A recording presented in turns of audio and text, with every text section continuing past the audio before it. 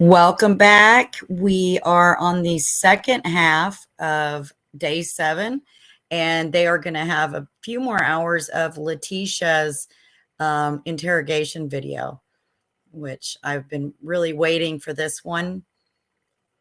Hi, Deanna. They should be coming back any minute because they have been very prompt to be there on time.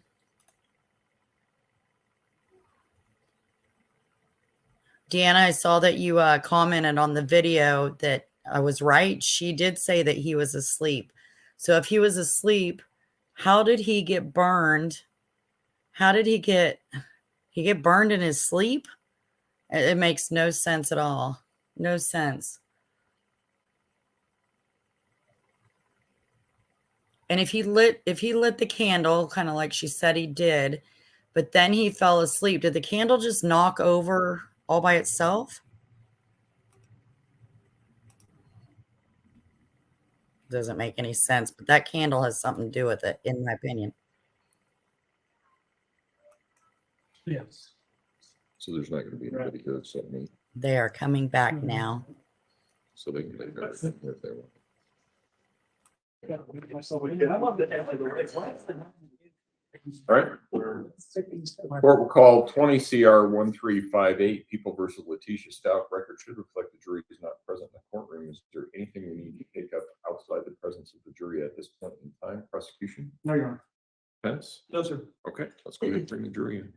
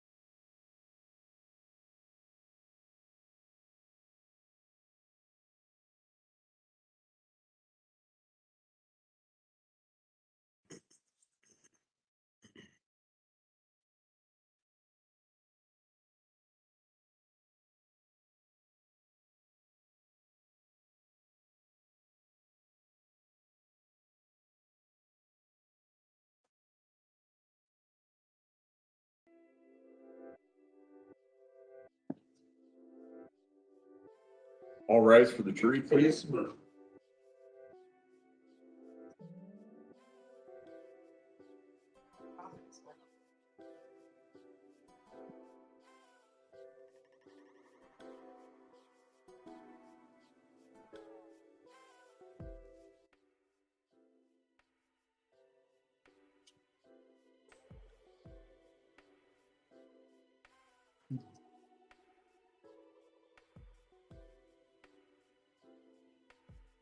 Thank you. May all be seated.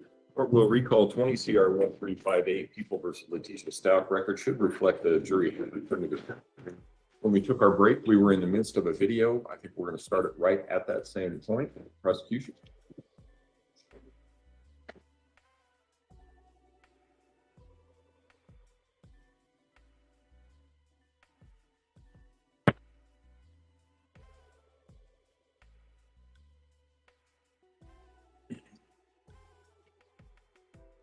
We're gonna leave out. I think I told you guys it was like maybe 10:35 or whatever the time frame we left. So this is where I should have like made this mistake. So I drive to the so Larson Ranch. At the end of Larson Ranch is a bunch of new builds, like construction, things like that. I drive to the new builds. I was gonna be like, hey, look, here knows how to, fix it. Because if I get online and start calling people, then they'll be like, make an appointment. I figure I might find somebody that, would do like a little side job and come and help us fix when I say carpet, I'm talking about fix the living room, the spot that I had cut out or whatever. So I did. I pulled up on the back part. There were some new houses being built, and there were some like Hispanic, and I'm not saying that to be like discriminatory. They were Hispanic people that were out there, and I was like, hey, do you know where you can get the carpet that is in the Larson Ranch model home? So I told him the model home, which was the same home that we had. I mean, I don't know if it's the model home, but I gave him the name because I asked, I looked online for the company for the name. I said, it's in this. He's like, everybody has that same carpet. Yes. So we got a roll of the carpet. Where'd you get that from? We got it from the guy on the scene. Like I say, not the scene, but the construction area. So we got the carpet from the guy in the construction area. Well, I didn't get it then. He said he was going to bring it to me. So I gave him the address. And this is where I messed up. I gave him, and this is why I couldn't tell you this in front of Albert. I gave him our code to get in. He was going to go fix it. And I just assumed working in the house, he was going to be okay, you know, whatever. And me and Gannon left. I just said, hey, Did you give him the garage door code? Yeah. And what about the alarm? Well, if you go in through, so like you're walking in through our house, there's no sensor. So we always keep it on our alarm, and you can walk in through the garage and the alarm will never set off or off. Never. Okay. And the reason for that is like there's no door. Like there's nothing that tells that door that it's open. You can sense. You don't have a sensor there. Right. So we just always, and the kids come in every day in the garage and never have to like set, you know, reset, anything like that. Okay. So me and Gannon go on. I don't remember exactly where we went first. I know we rode a little bit because I was looking for different places to buy the dogs some like different cute outfits because sometimes I get them at Ross. But Petco has some really good deals going on right now. So I was like, I'm gonna go to Petco. Gannon was like, at that point, it was like he wanted to lay down because his stomach was hurting. He wasn't complaining about like any like pain on his arms or anything like that. He just said he wanted to lay down because his stomach was hurting. So we were in Albert's truck. So we lay down. He lays down in the back of the truck. So he's just laying down, whatever. I went to Petco. I can't remember if I went in the store beside Petco. I know we went some places around town, just different locations. What places did you go to? I know I went to Petco. I know I went to a gas station to get gas. Which Petco did you go to? The one at, is it Nevada and something? Okay. I don't really The newer one, like that It's bigger nice. shopping It's center? a nice area. That's the area I basically was in for. I wasn't gone that long for most of the time frame. That was the area that I was in. And then I made the wrong. When you're coming back and it tells you go this way, I made the wrong exit. Like I got in the wrong one, so I went back. I guess that would be. I went north a little bit before I turned around to come back because I made the wrong one. So I get back and let's see. I can't. Did we go eat at that time? Look, I didn't get anything to eat. Maybe I just got Starbucks. I could look at my credit card or something like that. See if you want to look and see what I did that day. You want me to look? No, but eventually, yes. Okay. That would be helpful. Okay. So I remember what happened. Then I realized I had to go back to Petco. That's why we turned around and came back because I started off. I bought 2 outfits, maybe 1 or 2, and then I came back in Petco and I got the rest of the outfits that were on there because I was like, oh, I'll go 2 more for this price. So I did go back to Petco twice. So I'm sure you'll see that. Long in between did you go? Let's see, if we left at 10 something, it's like a 30-minute drive from Lorson Ranch. Mm-hmm.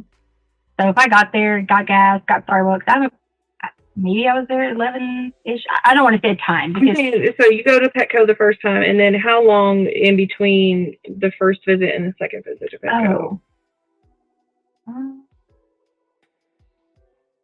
Can I give you that, like, looking up? A guesstimate or maybe an hour? maybe an hour? You have like any tracker apps or anything on your phone? Because I know, like, for me, I have that Life 360, and it'll tell me. You want me to show you what we think? Okay.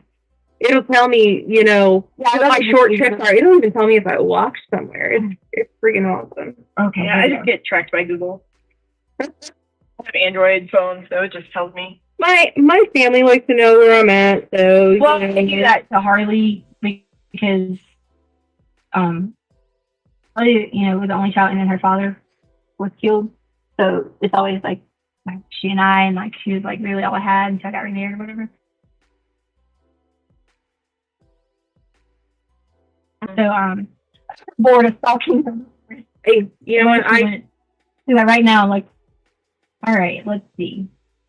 Do you have the one with the subscription? I'm like trying to figure out if I should get that or not. I don't. She always says something about purchasing it. She said it would help if Like you the like crash right. detection. That's what and- she was saying. Yeah. And she was saying that it was kind of like how the Apple Watch would do if you had a crash detection. It would alert authorities. Let's say, okay, this is, I don't know if this is like a service thing, but It's on.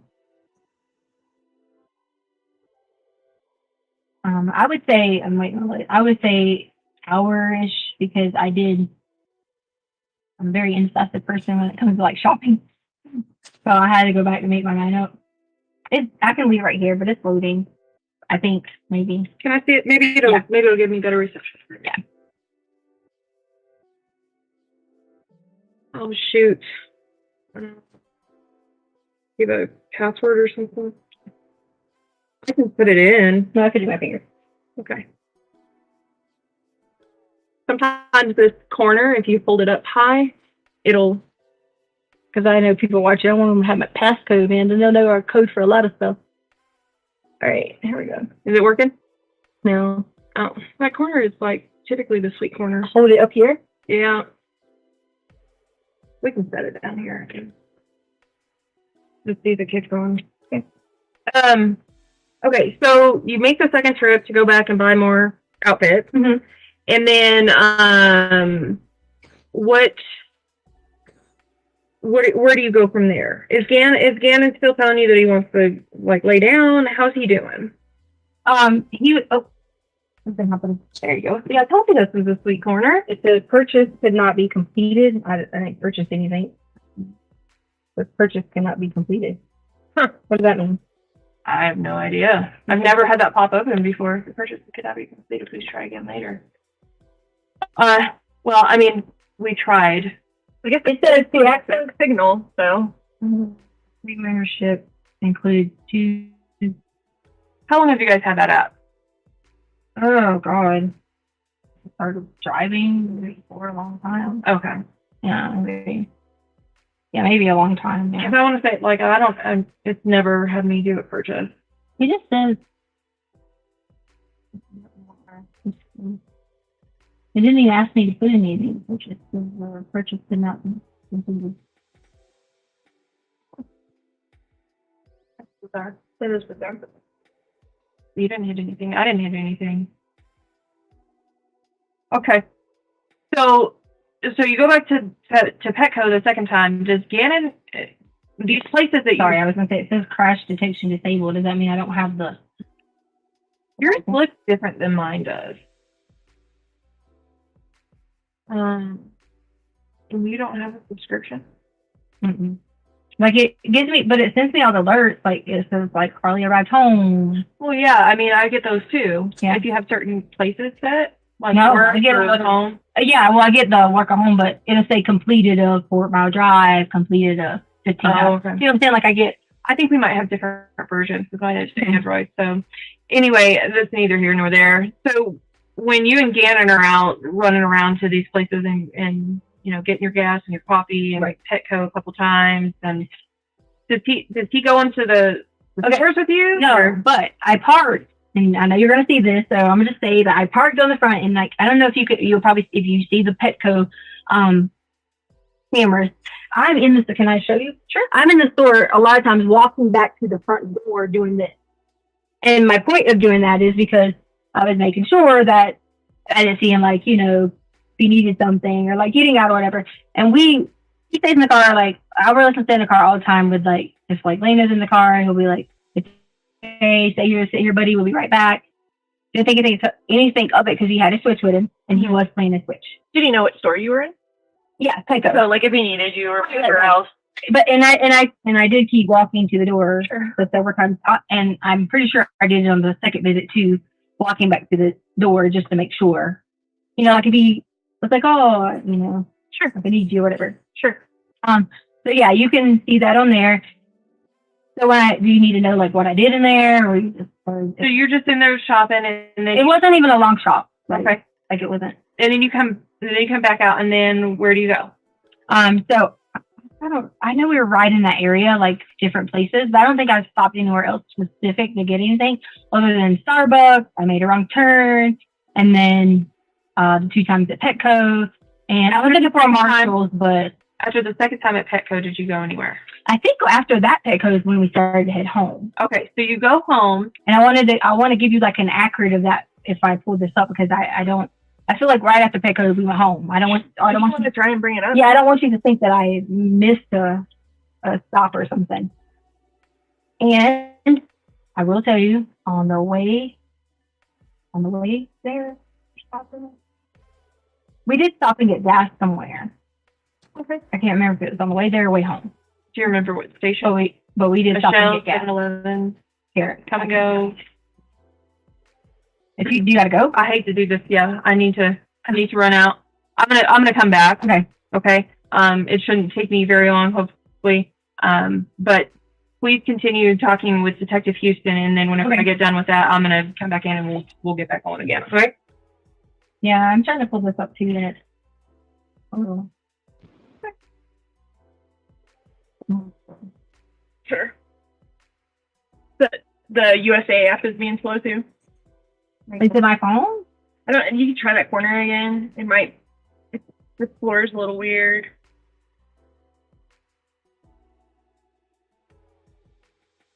So, after you guys left Petco, Mm-hmm. so did you buy something there that time, or? The second time, yes. Okay. Okay. And I know she kept asking me about what was Gannon doing, what was he, whatever, blah, blah, blah, blah. So I'm going to say this about getting back. Okay. So everyone has been, like about this whole thing about camera footage and this happened because we didn't see this or didn't see this. So I'm very sorry. What do you mean, everyone? So like my whole family is being harassed. My mom is being threatened to be killed. My daughter is being stalked. I fight took me a while to get here because I had to put some safety measures in for her own well-being. Okay. And my family from back home is being threatened. People are saying they're sending people after them. Okay. All those things. So, there's always a world of people making situations and saying, let's be a good person, but then threaten someone else. Okay. And so being aware of that's what was going on. So in between all that and all these people were sending me like messages that people were saying and blah, blah, blah. I didn't respond to any of them. During all that, there was something along the lines of someone checked neighbors 2 doors down or something, camera footage, and never saw anyone do this or that. Like, I don't know, like specifics. But my point behind telling you that is, if this is what you guys, and I'm not saying this is what you're basing stuff on, if this is what you're basing stuff on, is like in the same day and age, timeline, security, things like that, you will see on somebody's security, Gannon and I run to the car at 10 something that morning and we're returning at 2 something. Okay. So I remember specifically in the truck, I pulled it right in front of the ring.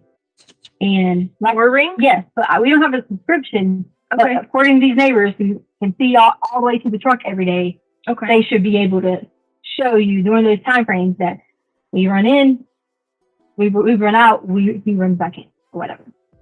Okay. And So then you leave around 10 something, and then you get back around 2 something. I feel like it was like 2:35, 2:25, 2 something. Okay. Because I knew I had to be back in time to do a couple of things, and then I knew Lane would be coming there. I knew Harley would be getting off work, yada, yada, yada. So that was the whole thing. So going on from there, Gannon goes inside, I think first.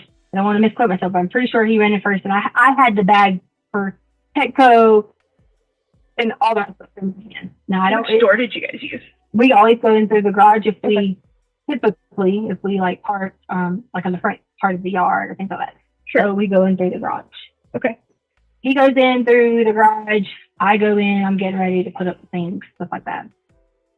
And this is where it got. I made a mistake. This is it. Okay. So as we got inside, I heard something, but I didn't think anything about it because I thought, maybe Gannon was like doing something. Maybe we were like doing whatever. Mm-hmm. The guy was in there, and I gave him the code. The guy from the... Yeah, it's all my fault. I gave him a code to fix the carpet, and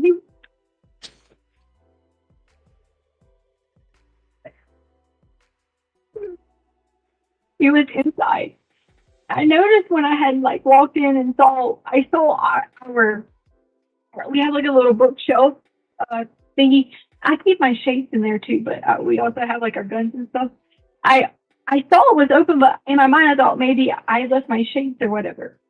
Your sunglasses? Yeah. Okay. So I didn't think anything of it when I heard the noise, and I just started walking downstairs. But I didn't walk downstairs with like a gun or anything like that. So I started walking downstairs, and then when I walked downstairs, I hear something again.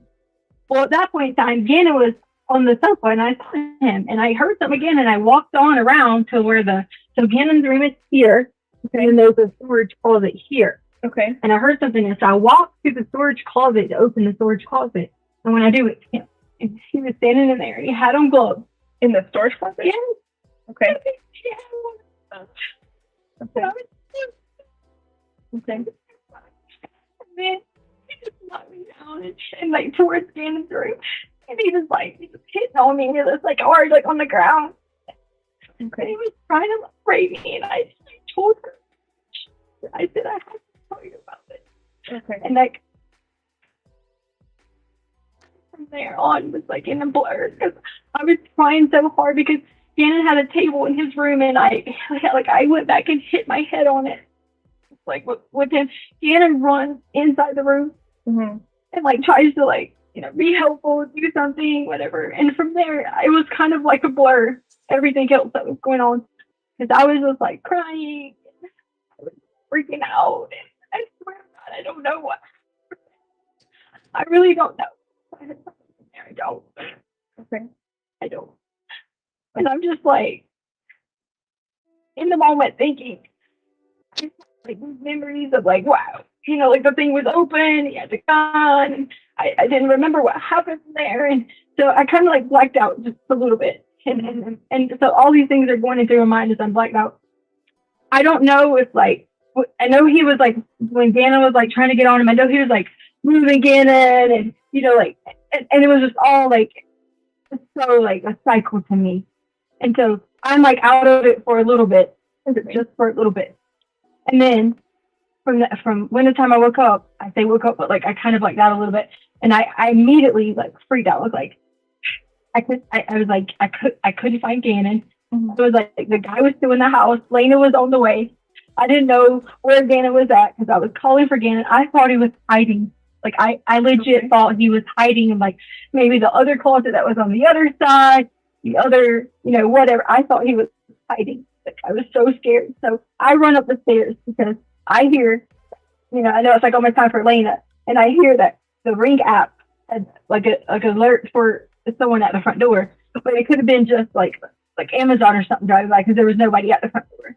And then I run back downstairs because in my mind I was like thinking, where is Gannon? And I didn't want to leave and like run outside and scream and go crazy because I did not know where he was at the time.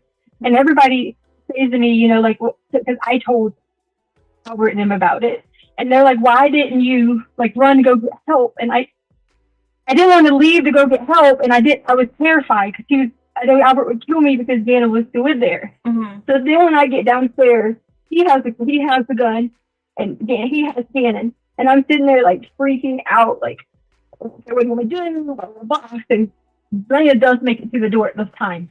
Mm-hmm. And then so I go upstairs because I know that he was like, don't say anything, because I didn't know if someone thought like it was a cop or if someone heard something, or I didn't know anything. So my thought process was, if I say anything, Gannon's down here, I need to just be as cool as possible because we order things on Amazon like all the time, books and things like that. So it was Lena. So the reason I sent Lena away was because I wanted her to be safe too. So I sent Lena on a mission to go get like the mail. Lena, it never gets the mail. Nothing like that. I sent her on a mission to go get the mail. Okay. And so I just started making up random things for Lena to go do. And I looked at Lena and I said, she was standing there, I was like, just stay gone for a little while. Because I didn't want her coming back and then that, like her in the situation as we were too. So like in my mind, I think if I say anything, if I do anything, I just didn't know what to do. I was in complete panic. So I go back downstairs again, and I'm like pleading and like talking and like all these things going on, like just back and forth with him. And why are you doing this? Why did you hurt us? Why are you doing these things? Mm-hmm. And then it just started being like a hustle and puzzle, like back and forth. I don't even remember how it kept going for you know, like maybe I say 5 or 10 minutes, but I don't know if it was that long. And then he was like on top of me again. And then I kind of lied down again because he hit my head again. Oh, really? And then, yes, and then I was on the table that was inside, like in between there's a red blue table in there. Okay. He like, forced me in there again, and he was trying to do it again. And I was just like losing my mind, like completely, like Albert's sister was raped. And so like in my mind I kept thinking Albert's gonna be like I'm nothing, and I shouldn't have been thinking about that. I should have been, but I was. And that was all I could keep thinking about, you know, like, was like, Albert was going to be upset, Gannon's over here, Lena's coming, and all these emotions are running through there. And he asked me to give him a suitcase, and I gave him a brown suitcase. And then he hit me on the head again, and I was like, right here. He kept like hitting me right there like that. Okay. And so then he did that, and then I wiped out again. I was having a panic attack. And then I don't know what happened. I really don't. I don't know. I just know that I did lie. I did. When they came, I did say, get a lift, whatever. You know that. Okay.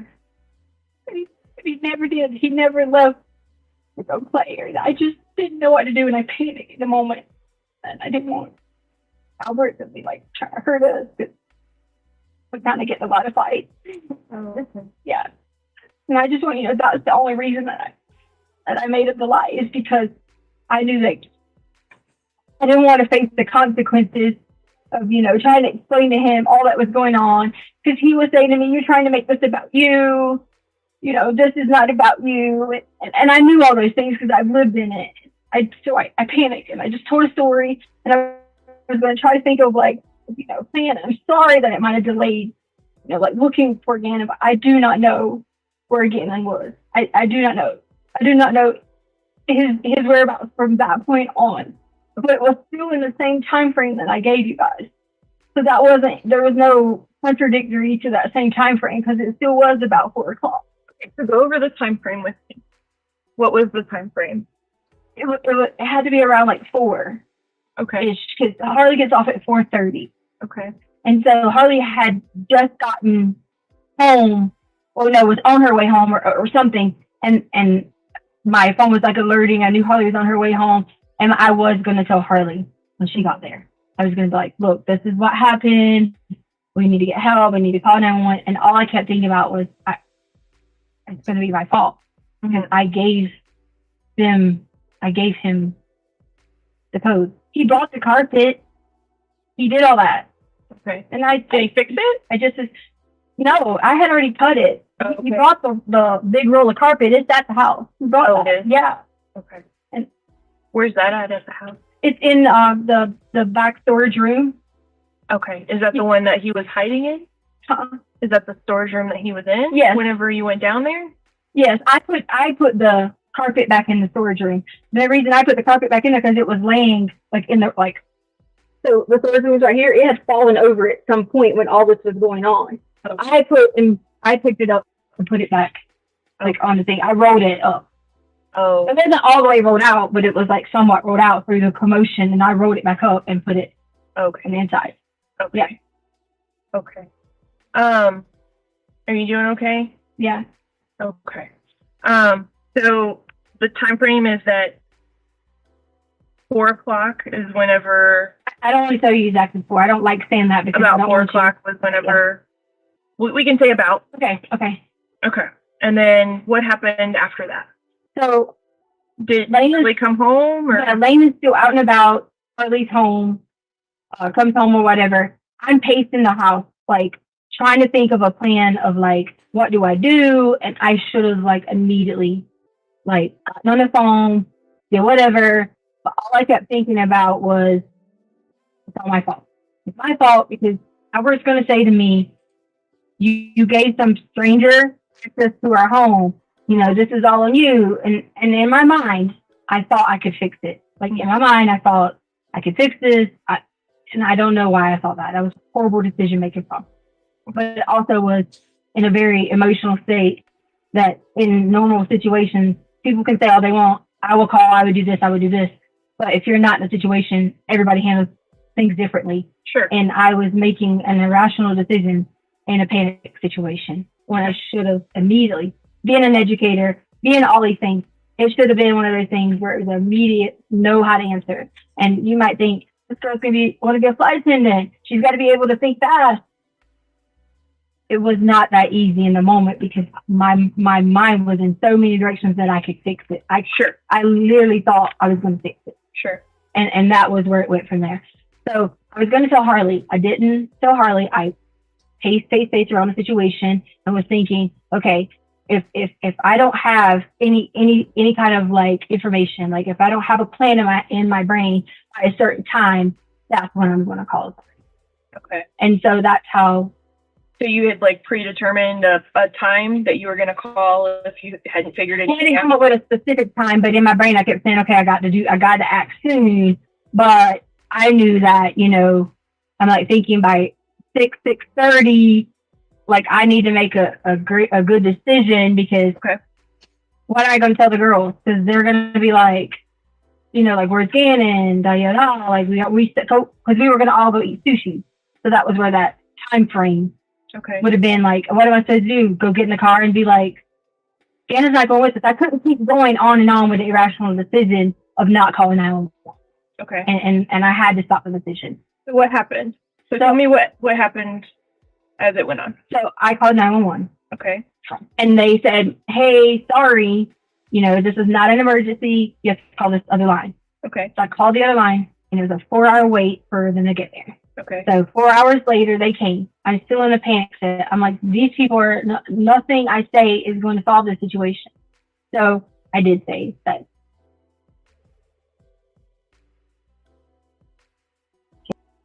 At this time, again, to be honest and say, this is the description, here's who we're looking for, instead of like the situation being like, he was gone. Mm-hmm. And that was horrible. I should have done that because I panicked. Okay. I made a decision. Okay. You know, and so from then on, that's when you guys came. They came through, asked me questions. They searched the house, every room, flashlight, you know, whatever. They went outside in the garage. They searched my car, blah, blah, blah.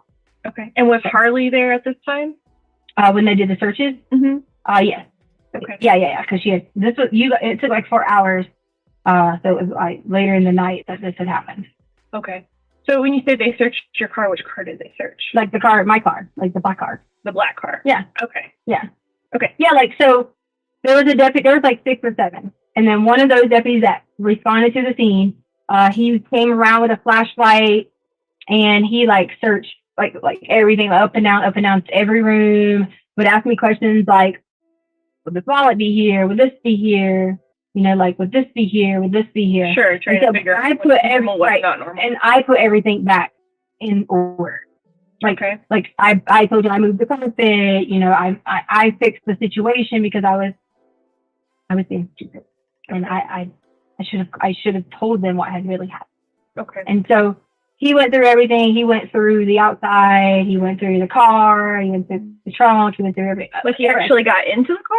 He wanted my ID. Okay. And he asked me. He said, "Do you mind if I look around?" He goes in the garage. He opened my car. In fact, he left my car to open because the next morning the back door was open. Oh, really? Yeah. So he went in the car doors. I mean, I'm sure you guys have a record of who was in there. But he opened the car, opened up the trunk. He looked through the bags that were in the truck. He looked through everything in the garage, took the bags, whatever over here, came back in. He did the same thing, and you know, like in different parts. So he's trying to be like really thorough. Yeah, like trying to be really, really thorough. He was going through every part of the house. Okay. And he asked me, "Was anything missing?"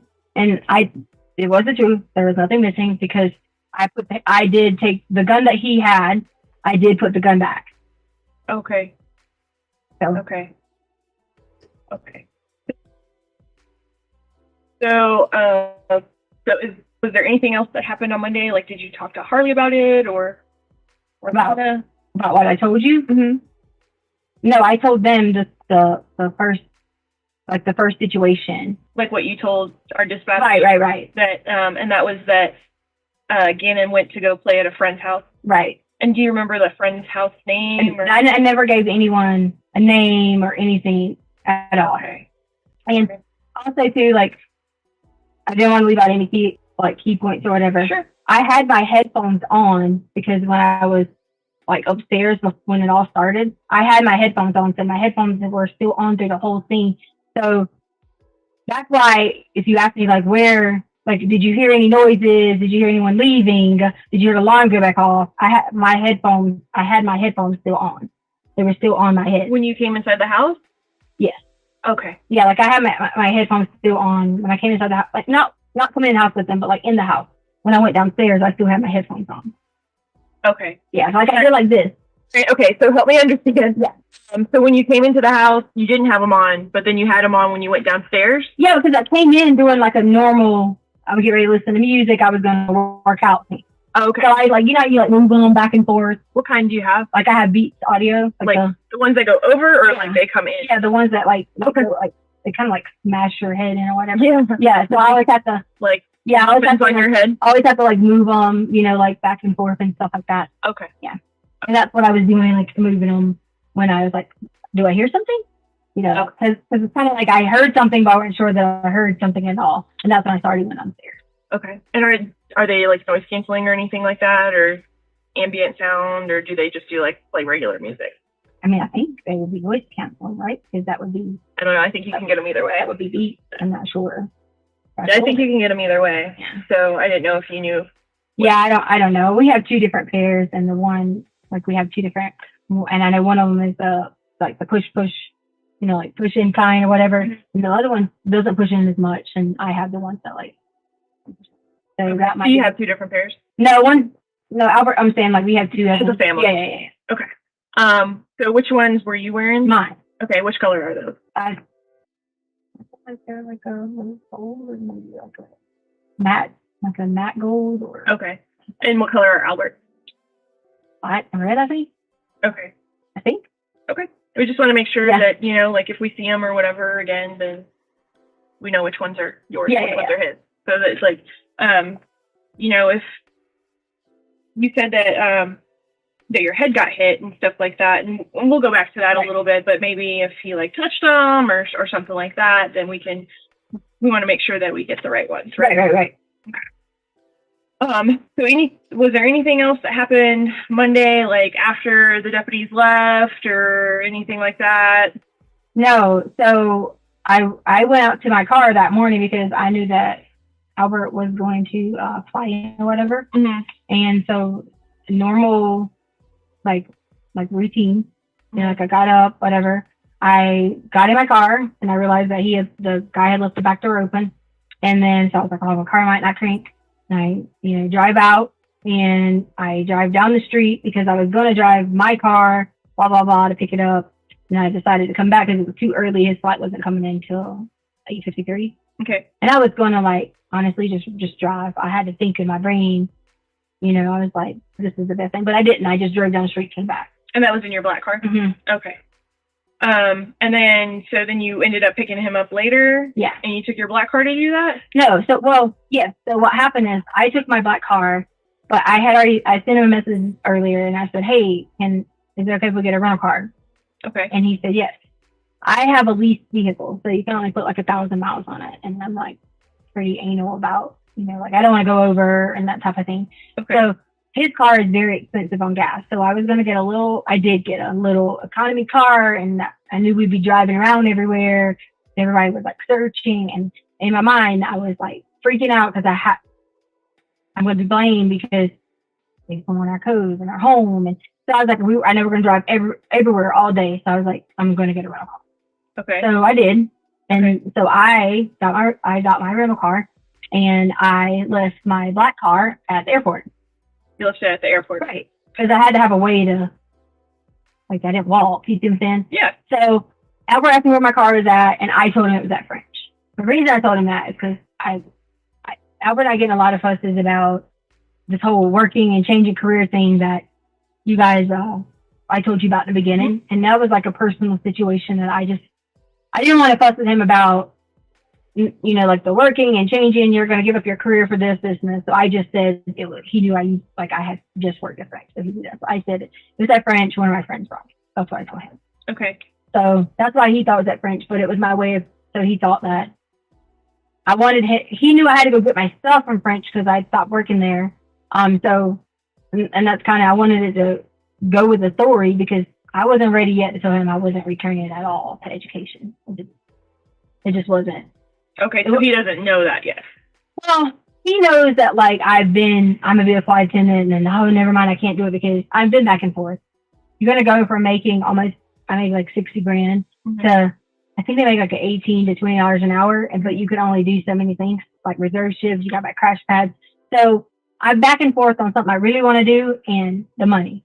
So I went back and forth with him on that. And that was just one of those things where I just wasn't prepared to be like, oh, you're going to be a teacher again. Oh, you're going to do this again. Oh, you're back at the school again. Blah, blah, blah. You know, so you're back at subbing again. So you drove to the airport in your black car. Okay. What time did you do that? His flight landed at 8:50 something. So I got there in time to park my car. And then I walked up to the thing and he was coming down the escalator. And then I go over to budget and I, get the rental car. He's sitting on the little corner over here, waiting on his bags. We walk out, we get the car. Okay. And so where did you park your car at the airport? Do you remember? In the short-term parking, maybe about like a middle. Okay. It's a long, like the short-term, like it goes from, you got the rental cars, the section here, section. So it went to like the farther section and maybe like over here. Okay. Okay. And then, so you're in your black car this morning. Right. Okay. Because I had to turn the rental car back in. Okay. Right. Okay. So you picked your car up this morning? No. So I took the rental car back last night because I didn't know what time situation, he's upset with me for not telling you guys first so that, it could have been a quicker search or whatever the case may be. So I didn't know, like, I thought we were going to have to stay, like in a hotel or something. So I parked my car. My Harley picked me up because I was going to get a room at the hotel. Okay. And so I thought you guys would do that because it was sheriff's there this morning. So. Well, people are working different pieces. Yeah. And so I just want to make sure that while we're talking that I have all of the information, right? So if I ask you something that you feel like has already been covered before, I'm not trying to be a brat or anything like that. Yeah. I just want to make sure we have everything. We're all on the same page with everything. Okay. So you drove the rental car back last night, early this morning.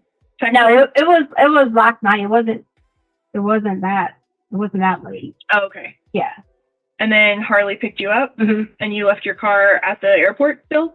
No. Okay. So I drove the rental car back, got in my car. Okay. Left. Okay. Okay. So I didn't have anywhere to go because they're fussing at me and people were in, everything's going on in the searches and things like that. So I didn't really have anywhere to go and some of my stuff was at home. So I didn't have a car to get gas. I didn't have anything like that. So I was basically like just, like going somewhere parking, like trying to stay warm because it got a little bit cold or whatever. Sure. So finally gave in and was like, Albert, look. And he was like, I need you to tell me the truth. And that's when I started messaging her that, hey, Wood, I'm going to come home and I'm sorry. I'll tell you exactly what happened. It's all my fault because I should have let everyone know that I gave someone the code. And I tried to replace it. So at that point, I leave my car at the hotel, which was near Harley's work. Okay. And Albert was like, you guys coming? And I said, yes, we're on our way. I leave my car at the hotel the entire night and leaving Harley's car. We stay at home last night. And then I come back with Harley when she came to work this morning and I walk over to the hotel.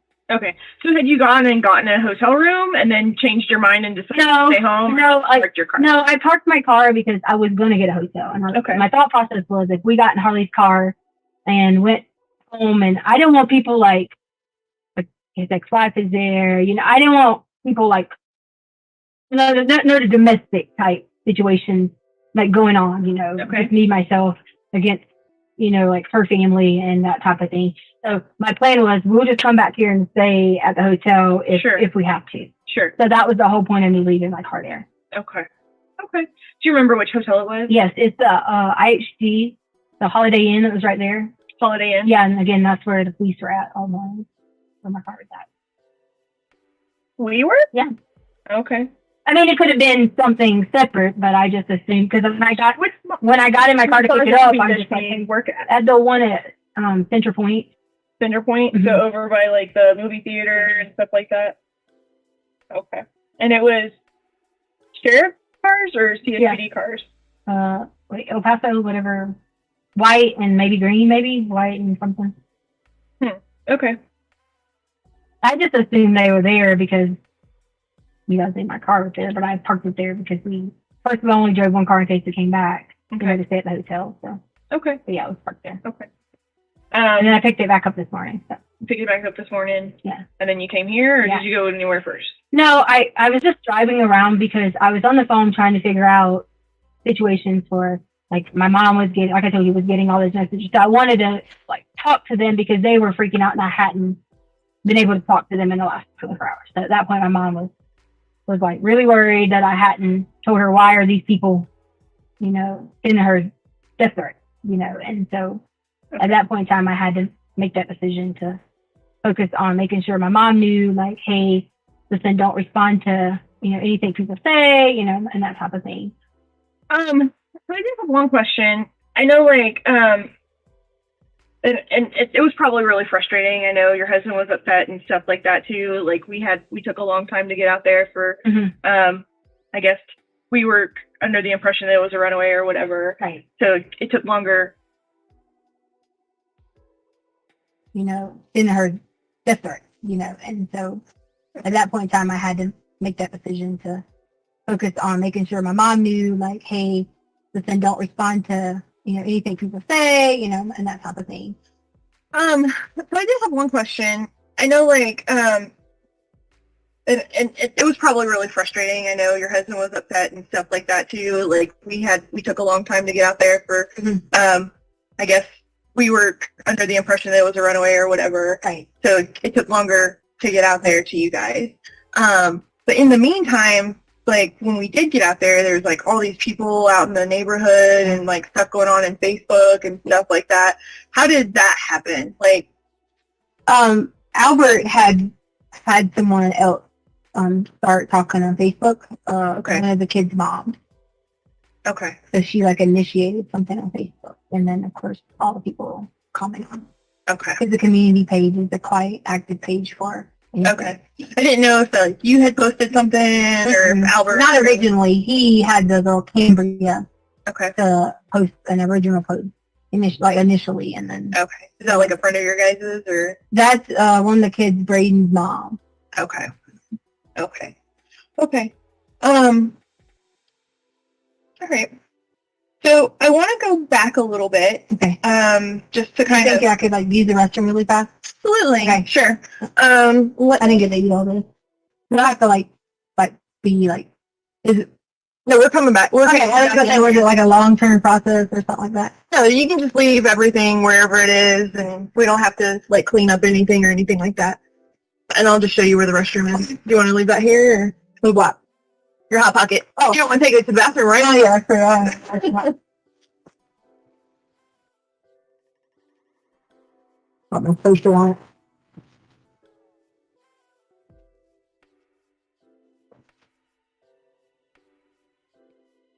Forward. Stretch break. Yeah, no, now's a good stretch break. Take a seventh inning stretch break here.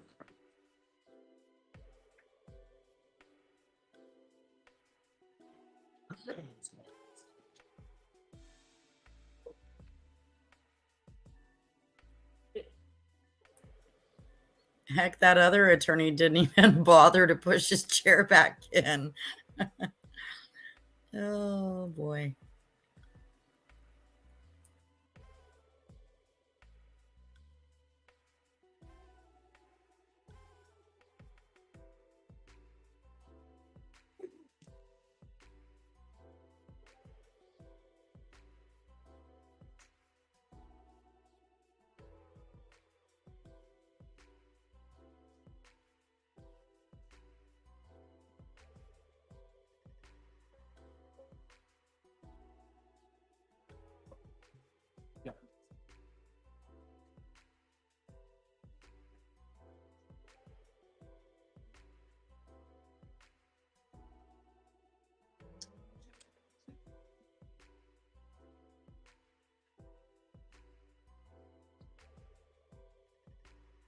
Got the horn section over here.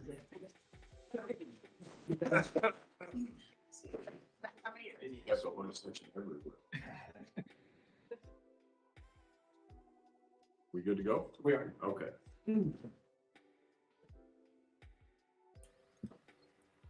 Remember, is this interview that she said they refused her an attorney, wouldn't give her water, wouldn't let her go to the bathroom, blah, blah, blah. Anything else? You need another comb? Okay, thank you. Water or anything?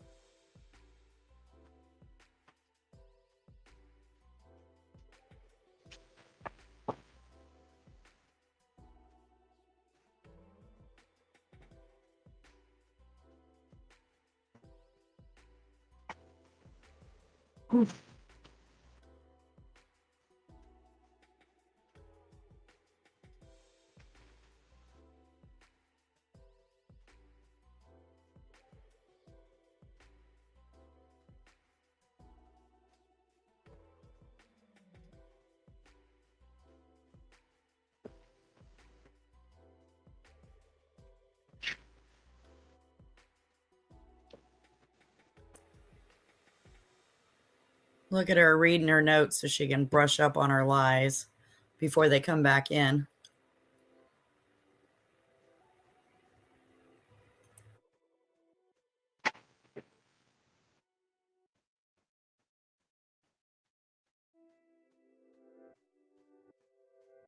Hey.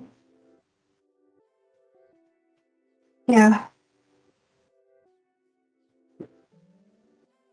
No, I'm sorry, yeah.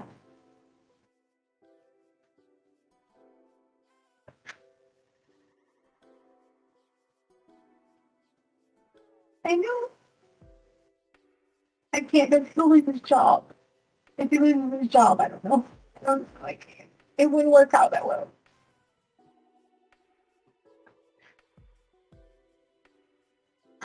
Yeah.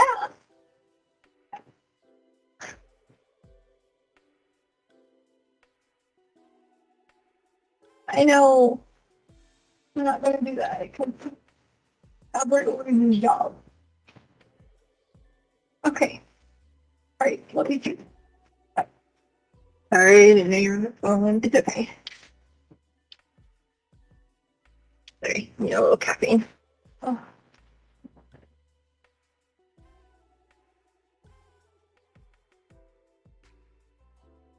Okay. We kind of have like a good overview of everything, but so we can get really narrowing down to try and gain in and everything else like that. I just want to try and get some more specific stuff on everything. Yeah. So I did write some stuff down. So, I did. So going back to the just a little bit to the fire part, you said that Gannon had some stuff on his arms. What part of his arms was that? Like I don't remember, like the inner area. You just point to like wherever, like in this, like in the inner area, like this. Okay, so like right here. Yeah, but like the burns were like not like you're thinking like round burns. It was more of like not like burns that are like this. Right here. Mm-hmm. It was more of not necessarily burns, but like a little bit of like skin. Like it was like skin peeling, like in lots. Okay. Yeah. Okay. And so that was like on his left arm, his right arm. It was on both arms because remember when I came in, I took the covers and like basically like got on top of both of, like on him and the fire. Oh. Not like him pushing him on the fire, but like you know, like I was just trying to get the fire out. Okay. And he was like hanging off the side of the off the side of the sofa. And he was still asleep? No, he was like saying my name. Like he was alert, like what's going on because he had just like woken up.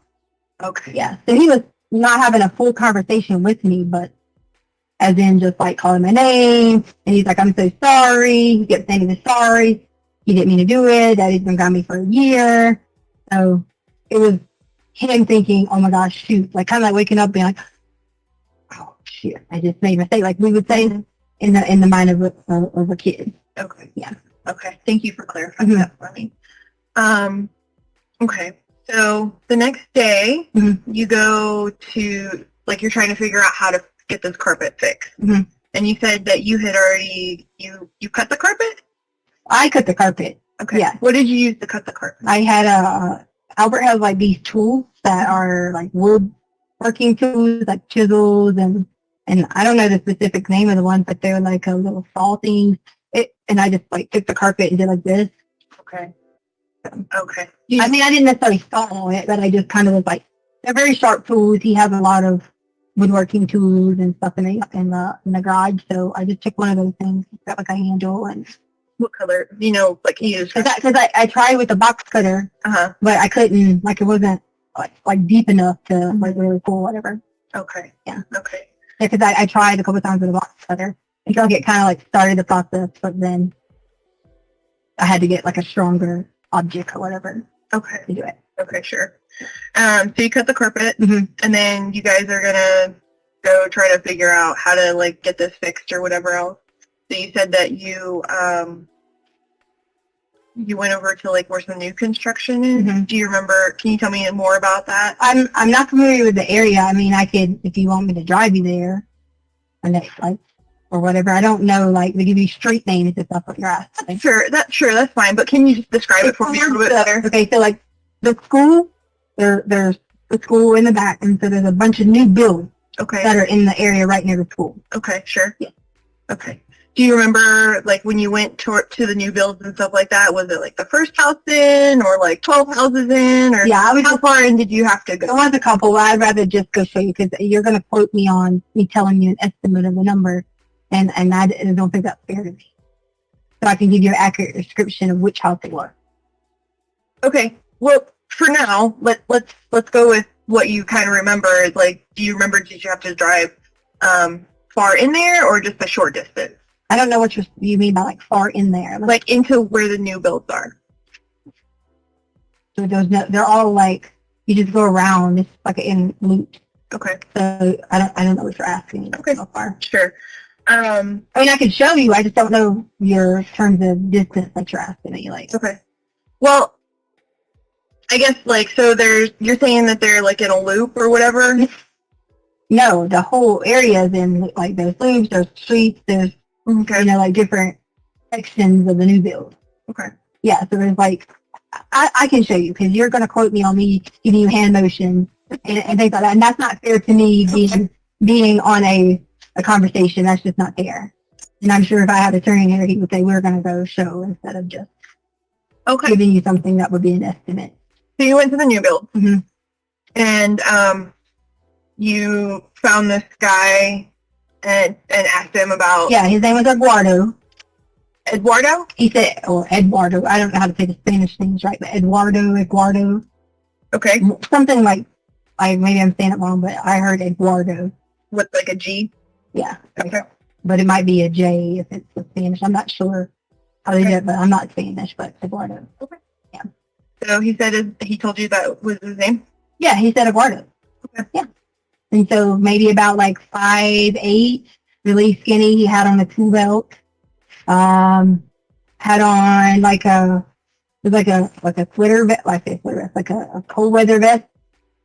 I think it was red. I'm not really, I don't really remember exactly, but he did have blue jeans on and he had on the combat boots or whatever. I'm assuming in my mind that this was just this was somebody who was he looked like he was like a legit worker. There was people, like on the houses.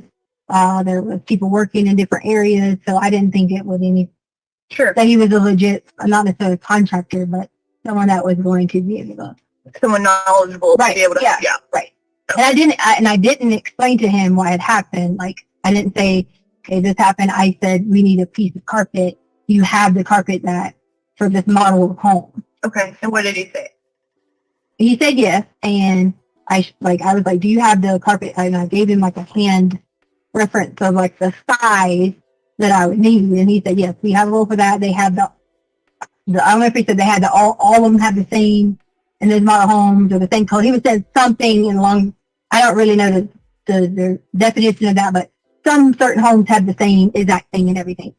Okay. You know what I mean? Like, might have the same 4-in-1, the same, because a lot of the homes are the same every 5 houses or whatever. Right. Like they have like 3 or 4 houses that they build over and over and over again. Right, right. Okay. And they put the same finishings in them. Mm-hmm. Okay. That was my assumption that I had taken from that. Okay. And so he said that they had it, and then what happened next as far as like him having it? So Do you need to get that? no. It was I just always check to make sure it's not my garter. Okay. Yeah, because you're in the way, Mom. So he said he was going to bring the carpet and fix it. And I gave him the code to get into the garage. Okay. And you had mentioned that you thought maybe you would find somebody that would want to do like a side job or whatever else. Like, how much did he say he was going to charge you for doing this and for the carpet and stuff like that? So we never had made that just like that conversation. I just said, hey, and I'll give you a small donation. So what I did was I said, okay, I think my ex-husband, Holly's dad, he used to like work in like sheetrock and stuff like that. Mm-hmm. So in my mind, I'm thinking, little jobs like this, back home would have been like $10 an hour. Here, it's probably a little more, like $15, $20 an hour, whatever. And I said, I'll give you a small donation. You didn't ask me earlier about the part, so sorry if we left that out. And I said, I'll give you a small donation. And then in my mind, a donation was going to be $50. So that's exactly, I had cash. And that's exactly what I had was the $50 like on the counter. And I explained that to him, that it would be on the counter. Thank you for, doing it. Make sure the garage is closed. And like I said, you didn't ask me all that, but I did go through a conversation. I just didn't be like, hey, bring the carpet. Here's the Sure, and that's why I don't want you to think that, because that is not what happened. I went through the process of make sure you close the garage back. We have a security system. I told him we had cameras. I talked it up through the conversation. Okay. To let him know that this was the steps and the processes and stuff like that to follow. Okay. So let's talk about that conversation a little bit, just because we didn't, and that's why we should go back and get more information and everything else like that. So he says he has the carpet, and then did you ask him like, okay, can I just have the carpet, or did you ask him like, can you fix it for me, or did he volunteer to fix it for you? What do you mean just have it? Like, did you ask him if he would just give you the carpet, or like I was going to be like a package deal, I was assuming, but it's just like I wasn't asking for like the carpet for the size room. I gave him like the like the size. So in my mind is he's bringing a scrap like rolls or scraps or whatever. That's already some extra from the job. Okay. So you didn't ask him to just like bring you carpet so you could fix it. You asked him to come and fix it for you. Yeah. Okay. Yeah. I had in my mind to fix it, but then I was like, you have to measure, and then like, because I changed tools, like one side was going to be like this length, so if you cut it different on that side, and it just was a little out of my thought process so that I could. Okay, yeah. Have you if you've never done carpet before, I would imagine that like trying to patch something would be kind of hard, especially if you had to use different stuff to cut it. Okay. Okay. So he agrees to come to your house to fix it. So you give him the address. Yes, I went through the whole spiel.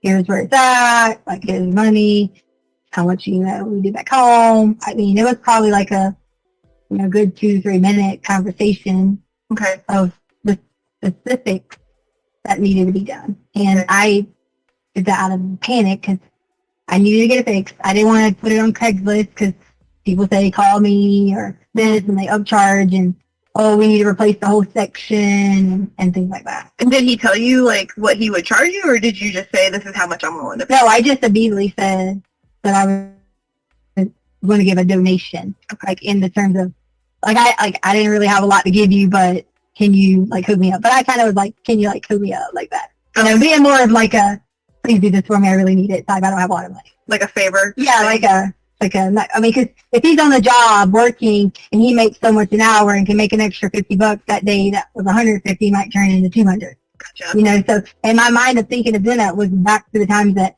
Holly's dad would do the same thing. He would be like, don't go pay a subcontractor just go get someone who wants to work after hours, you know, or whatever.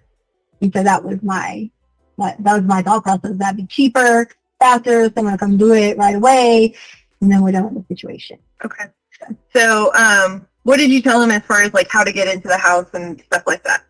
What do you mean how to get? I just gave him the garage code, Okay. and I explained where the carpet needed to be replaced. So, I mean, Okay. there's no like when you enter the home, there's no like specifics. You just upstairs, downstairs. That's it. Okay. So you told him it was downstairs and kind of the area that it was in, or You walk downstairs, you would have saw it. okay. Like it wouldn't have been like you need to go search for it. I mean, that's Okay. common sense. Okay. Yeah. Like I I'm not haven't saying you so- common sense. I'm saying to the person that's common sense, like, oh, that's carpet, you know. Because see, I had took the rug right here when I showed the police when I came.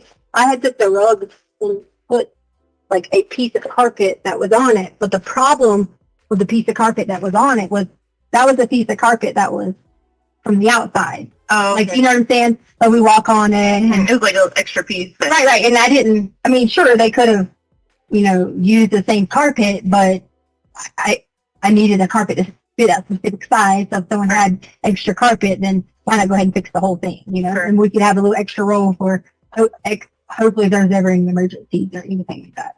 Okay. But yeah. Okay. Because I thought that there would have been some somewhere. Like, In your house? right. Okay. Because, you know, like sometimes, you know, like I knew like when we had our home, we sold it, we left our square, what are they called? The hardwood floors. And we left like maybe like 10 little sheets and Mhm. things like that. So like I thought, you know, but in my mind, like, okay, no, I'm just going to go. I hadn't seen anything, so I had to, you know, Go find it. yeah. Okay. And you act so much differently when you're trying to be impulsive and hurry up and get it done, quick decision, when I probably could have just been like, hey, you know, let's look at something that we have maybe in the back corner. We could have cut a piece out or something like that. But I didn't want to go mess up another lady's house. An old lady's house. Another lady's house. But it was Oh. her house. Like the renter, like the owner, we rent from them. Okay, so you Yeah. okay. I thought you guys owned. No. My bad. Okay. So so you left, so you went there, you said that he was about 5'8". Yeah. Okay. What color hair did he I have? say 5. My husband's 6, but just a little bit shorter, skinny, dark hair like mine. You might think I'm Hispanic, so like I'm really brown in the summer, but He wasn't here too. He's Hispanic. I know, but people always think that. So skin complexion was a lot darker than mine. Okay. So, I mean, I don't know if you want me to give you like a for skin complexion thing, but I would say like middle to tannish Okay. color.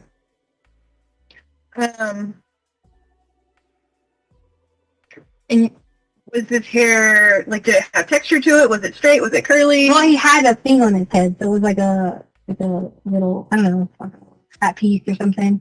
And it was just, I can't tell you like a hairstyle because he had like a little brown like strap thing around it, but it was just like almost like jet black hair. Okay. But it wasn't like long. Okay. And then, what was his face shape like? Maybe like a little chubbier than mine, Okay. like more rounded. Was there anything about his face that like stands out that would help us be able to find him? Like that would we be able to be like, that's the guy right there? Like, did he have? Well, I would notice there was like or- some bad sand, but like maybe like a little bit of is it craters or like the little holes. I don't say holes. No, like you know how you can see some people and it's got like a little like holy like skin from the acne. like acne? Yeah, like scars. Yeah, that's really good stuff. Yeah, Don't so, feel bad about telling us. like acne, like scars were kind of like present just a little bit there, Okay. and not bad though, not like super bad, but it could have been like even more like wrinkles or like whatever. But it's just a little section of like right here, but you can tell it was just like from like age or whatever, Okay. or maybe even from dryness. I don't know. I wasn't giving him a skin consultation, but I do remember there was like little spots here. Okay. Did he have any facial hair? Yes, he had a mustache that went right here, like around in this area, and that was completely it. Okay. It went like this here, like the Okay. Yeah. I'm trying to give you this because I don't know how to say the wording. Okay, just the mustache. Yeah. Okay. And you said his hair was like jet black. Mhm. Do you remember like could you tell approximately how long it was? For his hair? Like, was it long, short? Yeah, I just told you that. I just said it wasn't long. It was the belt like barely fit around it and like flat, like, you know, like little flat pieces here. Mm-hmm. So, not bald, but not long. Nothing was hanging on the shoulders or anything like that. It wasn't like a military cut or anything like that. Yeah, no, not a military cut or anything else. Okay. So kind of like medium length. Mhm. Okay. And then how old do you think he was? I would say easily late 30s, early 40s. Okay. But and based upon me thinking that too about the facial structure, you know how you can look at some people's skin and the elasticity or whatever it is different. So like those little, you could tell that had been there for a while. Okay. Almost like it was like I don't know if that's sunburn, but almost like you could just tell something had been. That's a very unique feature I just wanted you to have because that wasn't something that, you know, like, hey, did the person have lipstick? This was, you know, on their face that would be permanent. Sure. Do you remember seeing any tattoos or any other like No, large I didn't remember seeing. I just remember the vest. I didn't see any tattoos. He had a shirt under the vest. I don't know, shirt or jacket. Okay. I mean, like I say under the vest, but like you know how you have the vest over and people wear the shirt. Yeah, that's like a Colorado thing. So kind of. What color was the jacket? Do you remember? Or I just remember the red part because remember I told you earlier I was like I think it's red, but I was talking about the top layer. So, Yep. Yeah. the vest was red. Yeah. Yeah. And I didn't know if you remembered what color the shirt was that was underneath. No, I your don't. view. Okay. I don't. And then you said he had boots on. Yeah, he had on like the Rocky boots or like the construction boots that Okay. were like, Do you remember what color they were? yeah, they were that light tan color like a sand. Okay. And he had, remember I told you he had the belt thing. I don't know, everybody had the belt, but I just, You said it was a tool belt. yeah, it was like a strap thing that had his pocket. I mean, Okay. and remember I told you that at the scene. I don't remember like a specific color. It was just, oh yeah, you know, you see somebody, you're like, oh, person in black shirt, person whatever. I didn't. Okay. And I do, but the face did stick out, and I wish I was good at drawing because I'd want you to notice that or whatever. And it was like more rounded, kind of like craters type thing. Sure. And then and you went through the fact that so you guys left there and you went to Petco. Well, we already talked about, I don't know if I got gas beforehand or not, but I told you guys I would be more than willing to give you the information from an exact travel for the route, but we immediately left the Worsted Ranch area. If that's what you're at. Okay. Yeah. So what was, you had said you were going to leave him the cash on the bar. Did you go back and put that there, or were you going to had you left that there whenever you left? No, so we have, I always have like everything that was in all the notes and everything like that was in the drawer that sits on this side of the kitchen or whatever. Okay. I had cash put in there because I had gotten, I was playing the lottery. So I had got cash back from the lottery, and I had already laid it out on the counter. My mindset was the reason I already laid it on the counter was not because I had it predetermined I was going to leave it out for a specific person. I already had it laid out on the counter because I was going to give that money to Harley because Harley has been paying on the dog because Chance, we financed him. Okay. I say finance him, but she's paying him back or whatever. And we always give her a portion of Chance and a portion of her car payment. So I was going to give that back to her.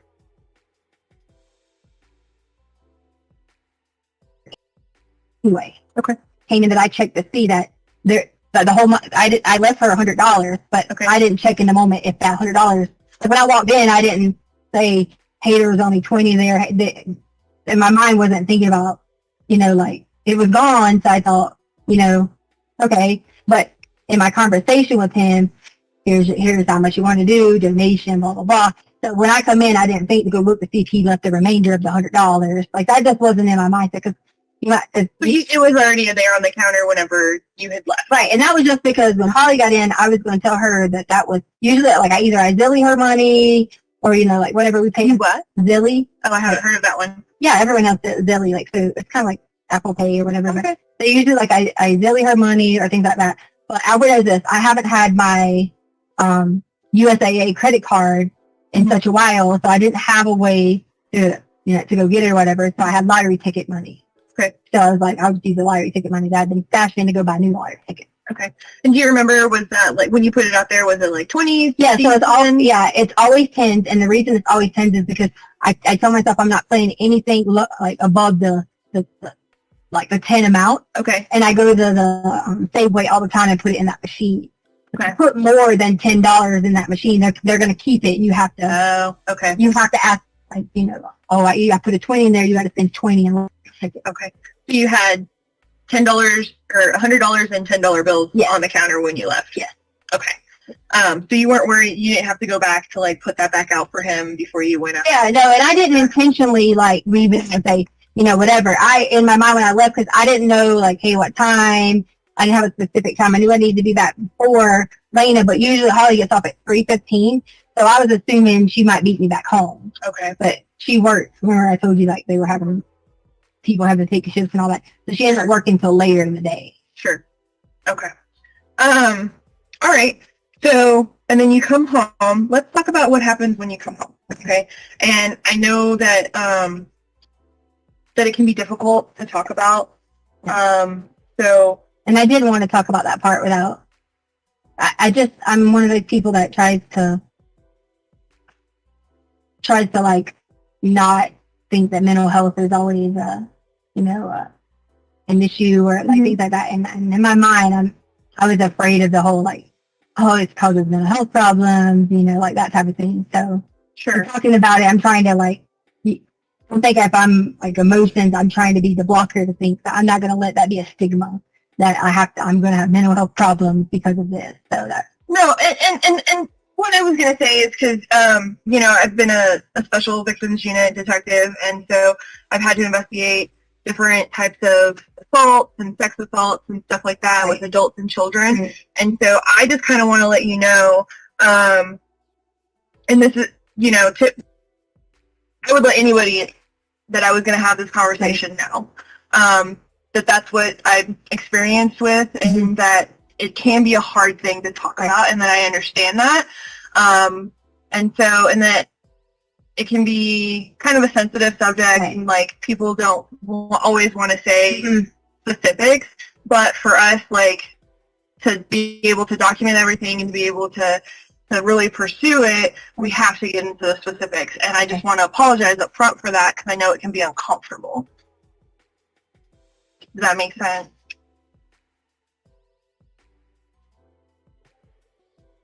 Are you okay?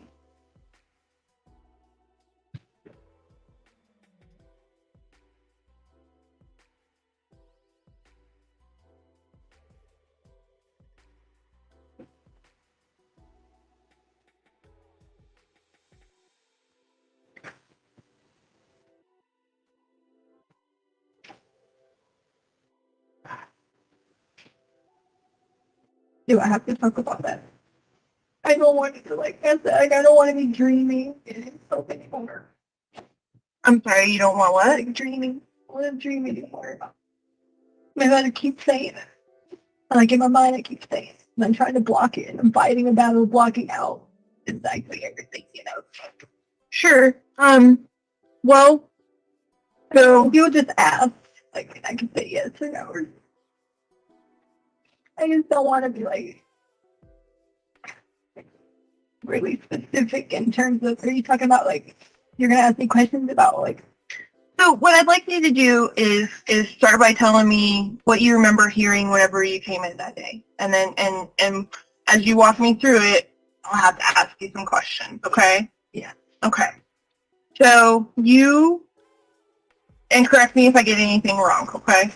You had said earlier that whenever you came in, that you thought maybe that Gannon had come into the house first. I'm almost positive he went into the house first because I had to get the bags that we had purchased. Okay. The Petco bag. Sure. And you guys came in through the garage, correct? I want to say the garage. I'm like 80% that it was the garage because we parked on the front without the truck. Okay. Okay. So you come into the garage. Gannon has already come inside. What's the first thing you remember seeing whenever you come inside? I usually always go in to think about, hey, I need to let the dogs out. Hey, I need to do this. Like that is my mentality, is to go in to do that.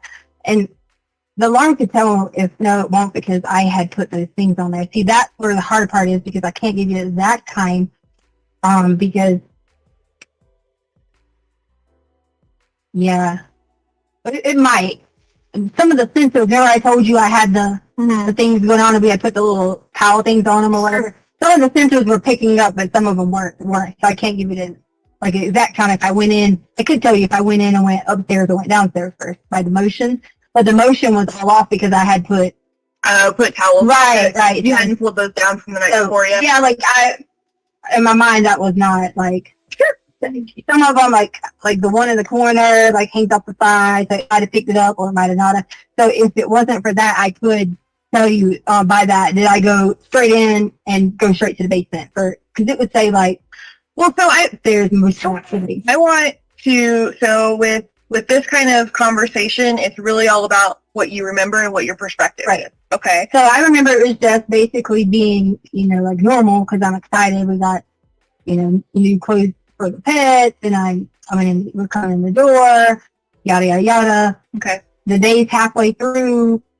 I knew I had specific responsibilities to continue out the rest of the night. My brain hadn't said, hey, you need to go check or anything with the money yet, because I just wasn't on that, that direction yet. Sure. I was on the direction. I wanted to work out. I wanted to listen to my music. I wanted to relax. That was my mindset. So it wasn't to be like, okay, this here, this here, this here. That type of thing. So it should have been, because I gave someone the code to get into our house. But in my experience in Lorton Ranch, it's been that, most everyone has people, they give people their codes and let them come in and fix things, and you can do the Amazon packages and have them delivered inside the door. So I wasn't thinking, I need to run in and check, make sure it's okay. If I felt that I was doing a harmful situation, that would have been my first off, I wouldn't have done it, but second off, I would have went in immediately and been like, did he fix what he's supposed to do? Did he think something from the home? That would have been my initial thing. So with a normal, I want to listen to music, I want to work out, I don't know, I might have got some drink, I don't, up and down dogs, that type of thing. That would have been my, mentality. But what I didn't hear anything is I had my headphones on, and I thought, it's one of those things where you thought you heard something, because the downstairs, if anybody makes any kind of noise, like a boing, it's it echoes really loud. Oh, really? It has a louder echo through the vent. Okay. So even sometimes, whether you're asking about noise counseling or not, even having things on or not, sometimes it's just the way that, they're sitting on there, you hear something, and that was almost like an echo noise. Okay. And that was, and below my room would be that storage room. Okay. So you were in your room when you heard that? So when I heard that, I don't remember if I was, I know I had the headphones on. Okay. I don't remember if I was in the room or walking back and forth, because I had a big speaker box over here. And then either I played the big speaker or played the headphones or however on the big speaker back and forth. So I don't know if I was here and there. Again, I wish I could give you the motion thing, because that would give you a better time, like a 254 or whatever, 25 here, like that.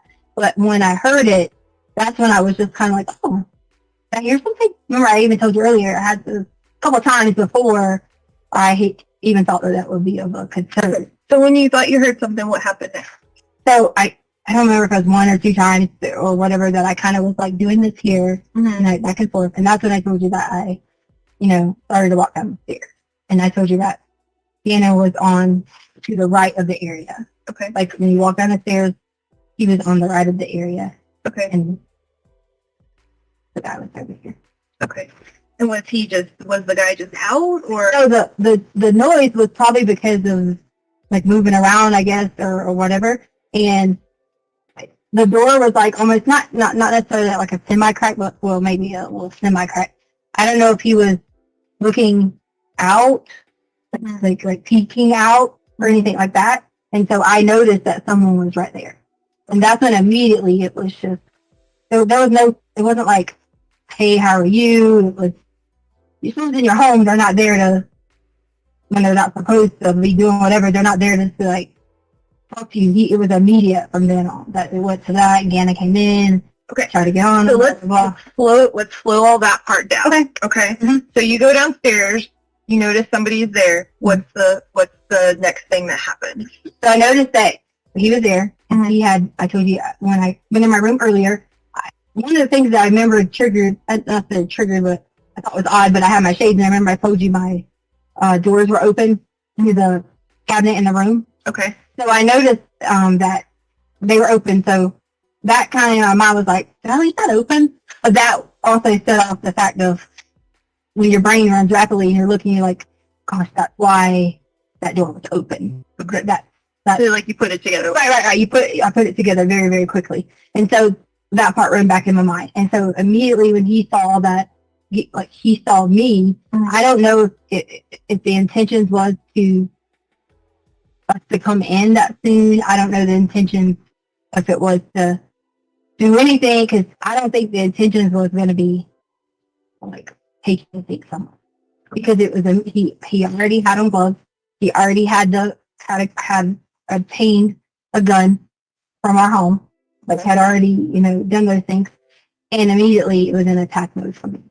Okay. And from there, and oh, I didn't mention to you, I did go in the cabinet because I take a lorazepam for anxiety, and I was like already super anxiety from like having all this, like going on and stuff with the like fire and stuff like that. So I took 2 lorazepams.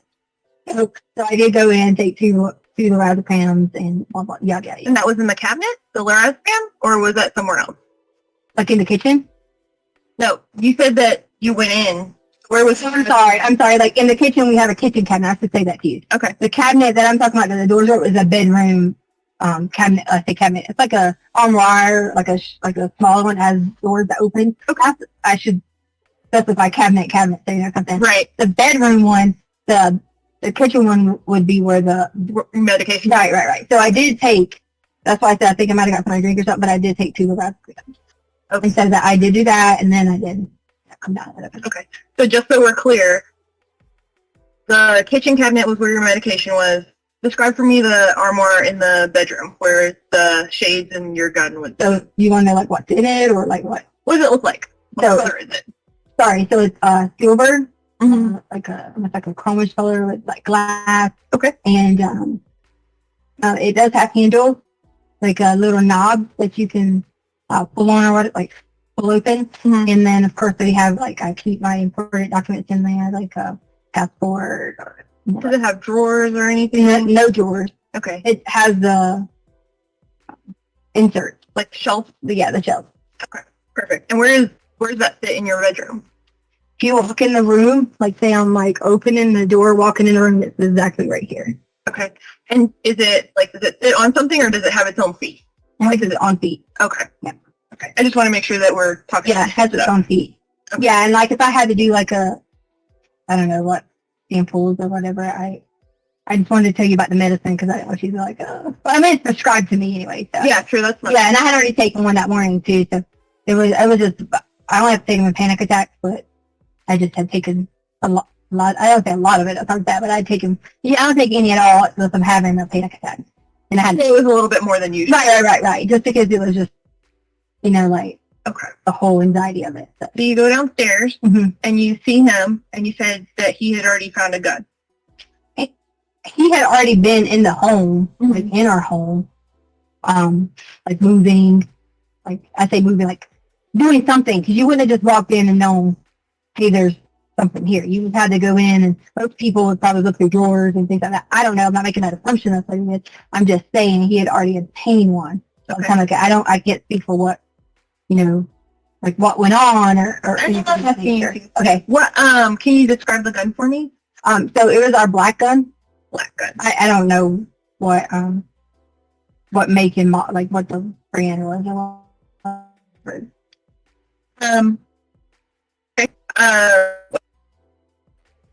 Do you know whether it was like a revolver or like a No, automatic. It's pistol or automatic. automatic? Yeah, like you just pull the trigger.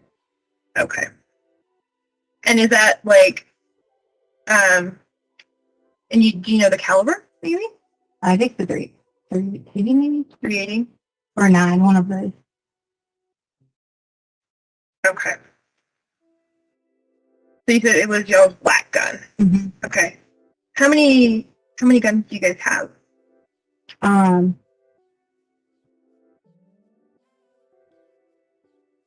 4. 4. Okay. What kind are they? I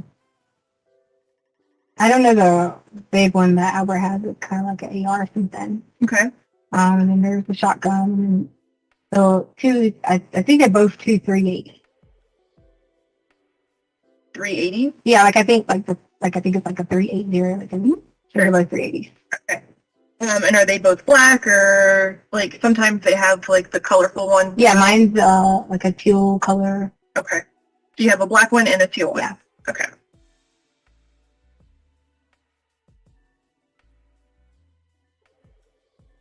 Okay. Okay. I just wanted to cover that really quick. Okay. So you go downstairs. You've already obtained a gun. You think it's your black gun. Well, no, I don't think. I saw the color black. Okay. So I was assuming where I told you that my mind went through that was like That it was our black gun. right. Now, at that time, I wasn't 100% if it was or not because there's plenty of black guns. Sure. So tell me what happens next. So, do you want me to go through the whole like assault again? Well, we need to know like more specifics about it. So you said you saw him and that he had the gun and then he attacked you. How did he attack you?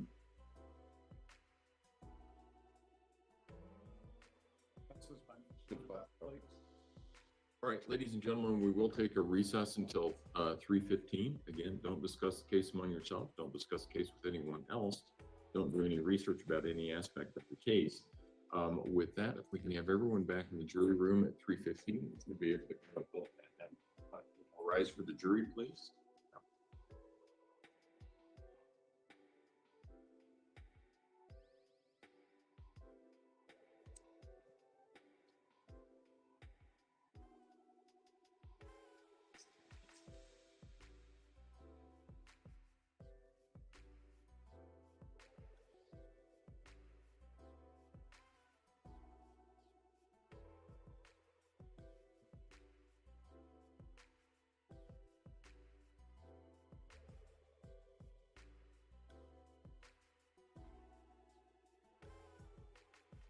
Thank you. May all be seated. Record should reflect it.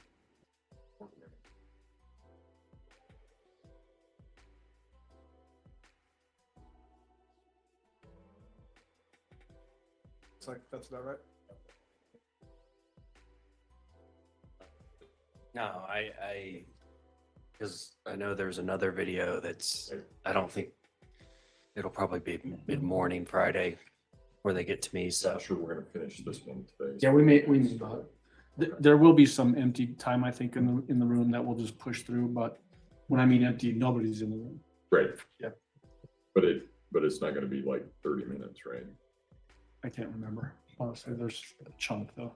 Okay. Well, we'll just if we get it finished today, great. If we don't, we'll finish it up on Friday. And my docket tomorrow is virtual, so you can leave everything here. Okay. You don't have to clean off tables. You don't have to do anything. Good. Thank you. All right. All right. Thank you. Court will be in recess then. All right.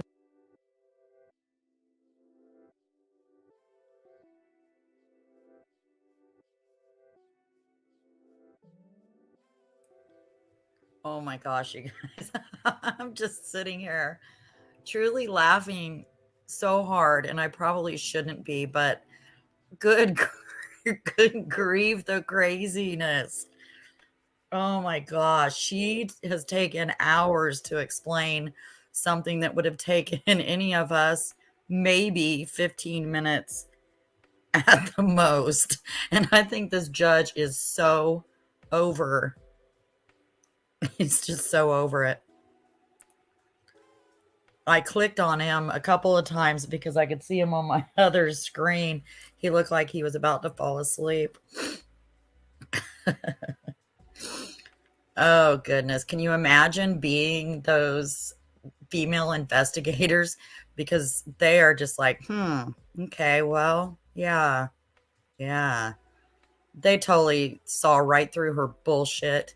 But this is why they don't rush cases either. Even though they probably knew at that point she had done something, they had to find out exactly what she had done, where he was. So that's why those cases don't get rushed through. And sometimes we get angry about, they haven't made any arrest in a case yet. Well, trust that they are working very diligently. And in this case, it took, tons of investigators and multiple state lines. And, it was just crazy. Guns. She, oops, let me see.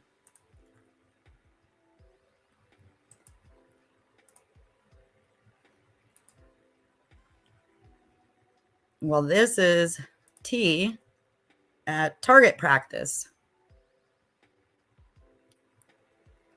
So she definitely knew guns, and she's already said that she grew up in the country in South Carolina. She knew.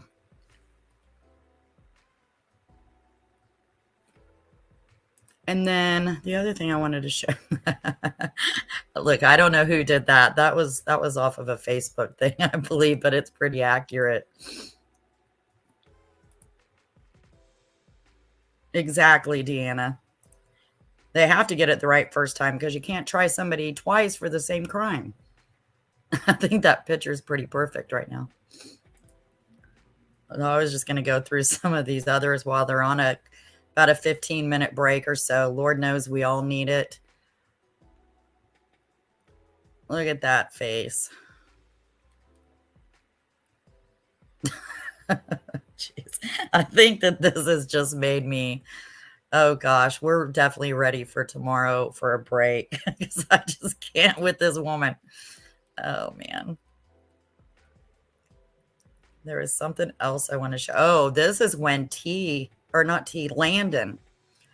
Landon had commented on, this was the information officer at the time. And somebody said, in other words, T is suspect number 1. And Landon said, bingo. Landon knew. Mamas know. But there was something else. The candle that started such a huge fire. There that is.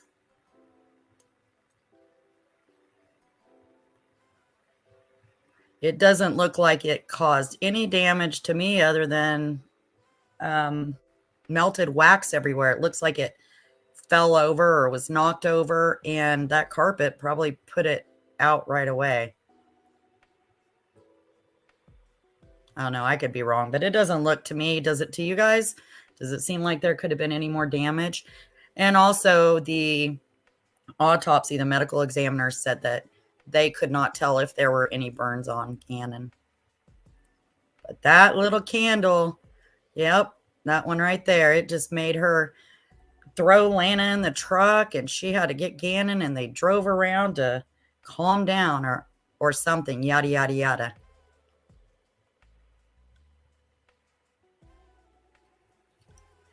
And then the other thing I wanted to show you is because I've seen it in other groups or other chats, and I just wanted to dispel it, at least on this channel.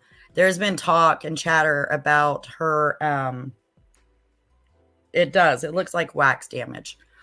There's been chatter about Harley's dad and the cause of his death, because he did pass away when Harley was younger. And this is the coroner's report for Chance Hunt. And what is kind of going around in groups is that they need to re-look into his death. And what I'm just going to say is, I don't think that, as evil as Tisha is, I don't think she had anything to do with the death of Harley's father. That she was with at the time, they were boyfriend girlfriend, but she was in South Carolina and he was in Lumberton, North Carolina at the time. And the cause of death was multiple drugs, including fentanyl and, ironically, hydrocodone. but he had a lot of stuff in his system. And there was also a guy that was staying in the hotel with him at the time he was away for work.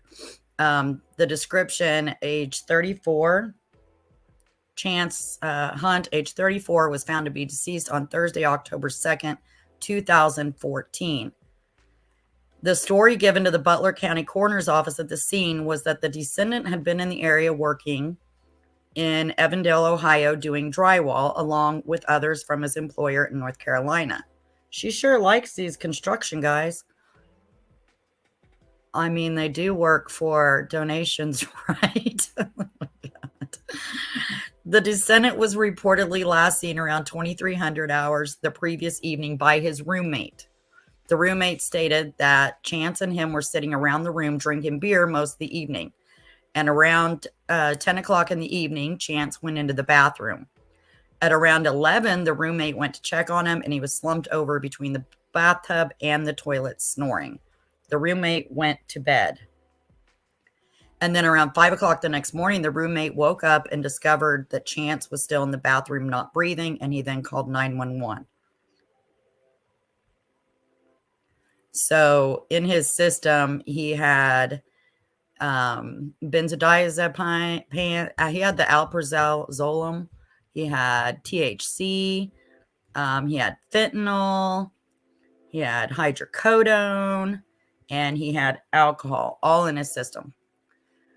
So this was the kind of guy that T was with, just saying. And this is just a suspension of her educator's certificate in South Carolina. Let's see what other goodies do we have here.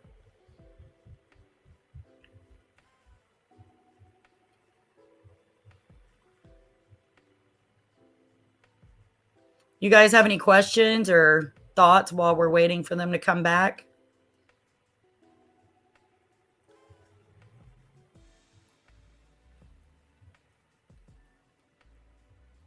I know there's a lot of goodies in here. This is like 155 pages worth of stuff. But let me see.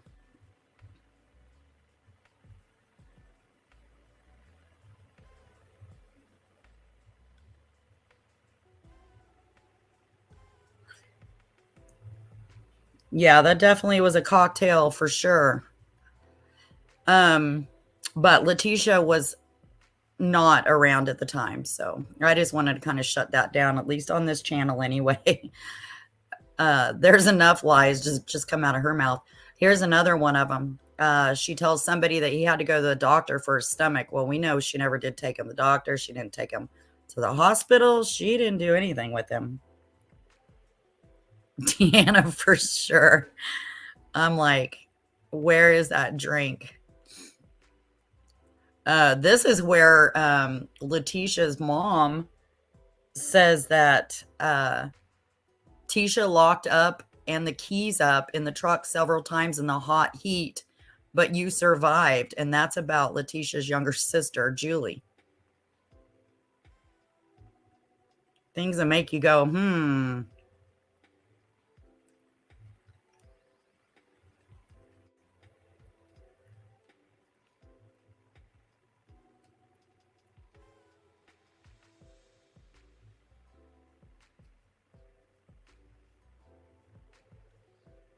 This was, excuse me. This is when she said that she had hired one of the best attorneys. Well, she didn't hire. He was going to do it pro bono in the United States, one of the best legal teams. And Jose Baez had to go on record and say that his firm is not involved in the case in any way, shape, or form. And please do not contact his firm with further inquiries. Yeah, she really did go there.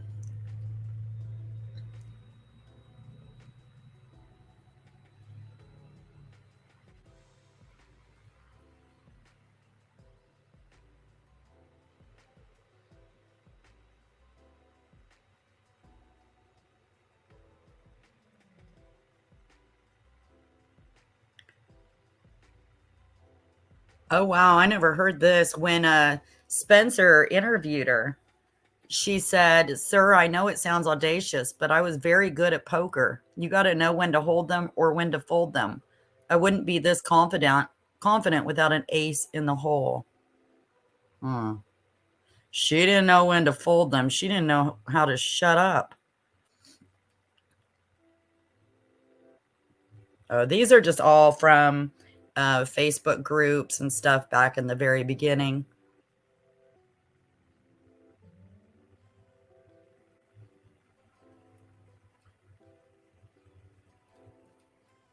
Let's see what other goodies we have.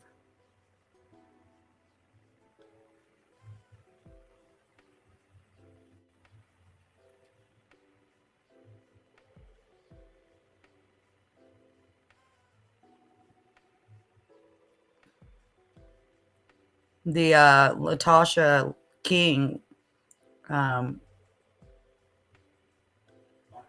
was, who was that? Step grandson. So that was that Leticia's mom.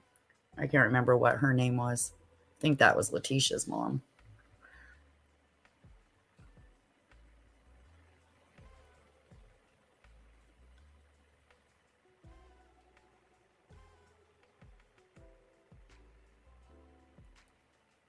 There was so much craziness on the Facebook groups back then.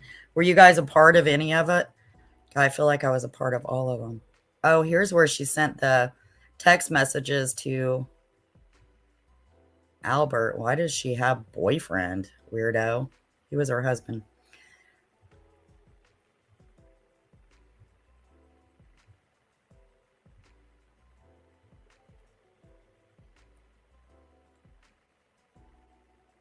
This is more about the bath salts.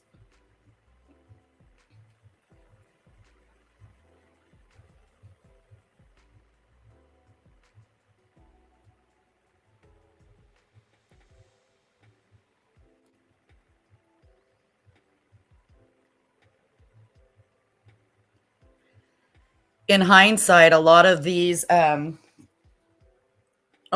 accounts, I think, were teased. They weren't, because the way she talked in them and what we see now throughout the trial so far, the way she said things, these really seem like they were probably her.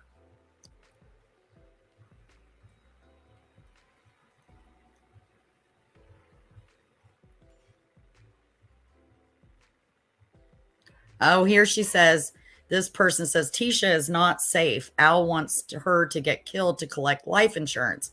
We need an attorney to keep her safe. Wow.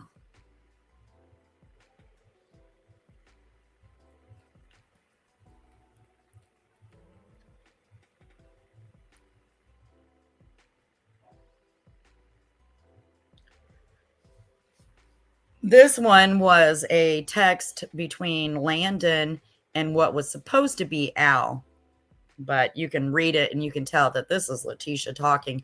She said, I want to address the issue of Lena's alleged comments, and I don't know what those alleged comments were.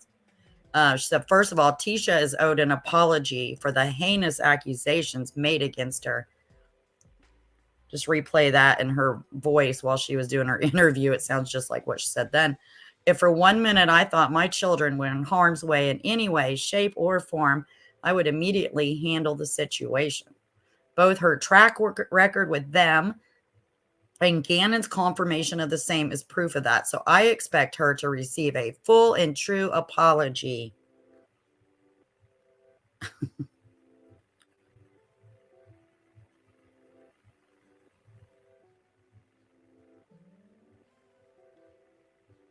This was between poor Landon and Leticia. Leticia's telling Landon that she's heading out with the neighbor searchers. And Landon says, find my baby, please. Find my babe. Can you send me the pics of him at the store or anything you have? Well, we know now she didn't go search at all. So sad. She could have at least acted like she was searching, you know?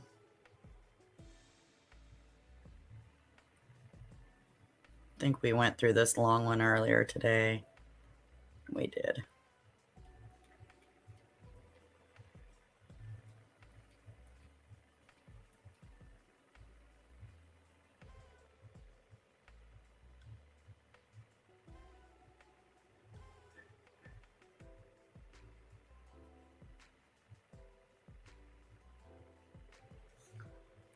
Here, T's saying that Landon isn't a mother. Open your eyes. She has something to do with it. That she's not desperate for anything because she hasn't done anything.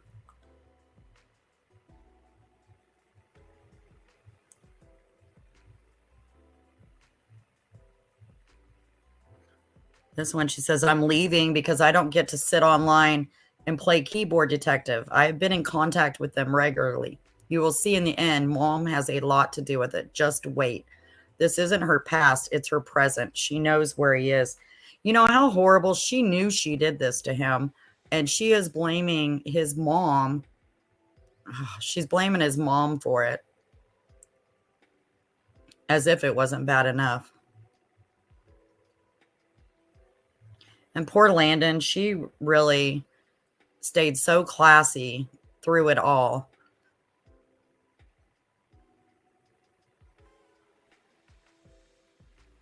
We read that one earlier.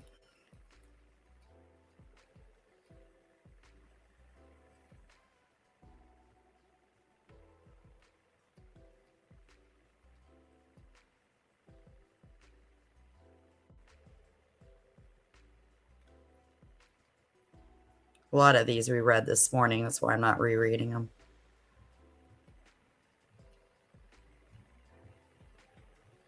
This was a good one. This was a tweet to Julia Donovan TV, 9 News, and El Paso County Sheriff's Office. She tells them to mind their own business. Thanks. March 6, 2020.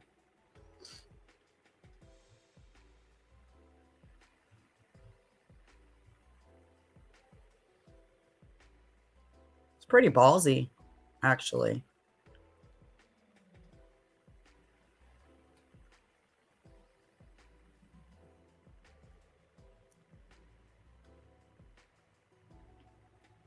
This comment on Facebook from T was actually when she went to Florida. And the best president to walk the planet. Thank you for being on my side. It was great to hang out with the crew today in Daytona. Keep America great. One last time for the 48. I believe that that was when there was a rally going on.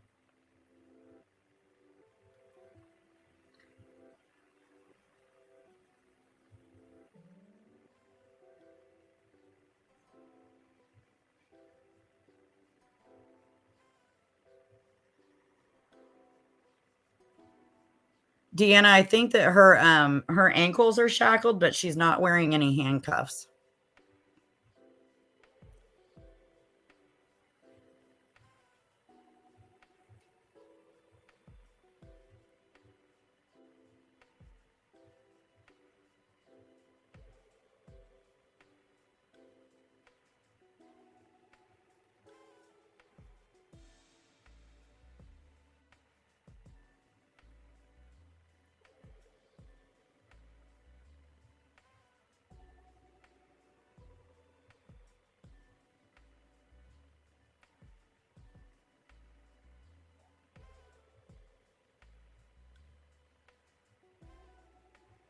Oh, Landon. Oh my gosh. Yeah, Deanna. I'm here to say there's no way. I don't think they could hold me back. And that's why I say she really has shown so much restraint and so much class. Oh, yeah. It gives me chills. Yeah. I wonder if she's wearing a bulletproof vest. Leticia, that is. She looks like she's gained some weight, so I wonder if that's why she might look that way.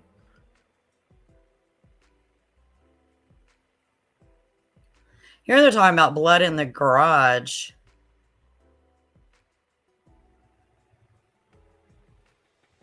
And she's saying that they found blood in the garage, and that person asked, was it just a small amount? And she said, plus Albert cut his finger off in the garage. Well, he cut the tip of it.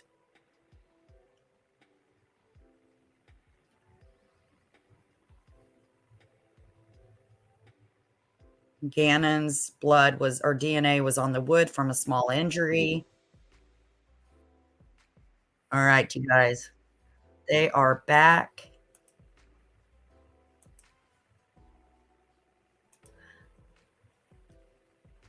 I think it's kind of interesting to go back through all those old Facebook posts, though, because a lot of people really were right, at least in a whole lot of, you know, the theory of what may have happened.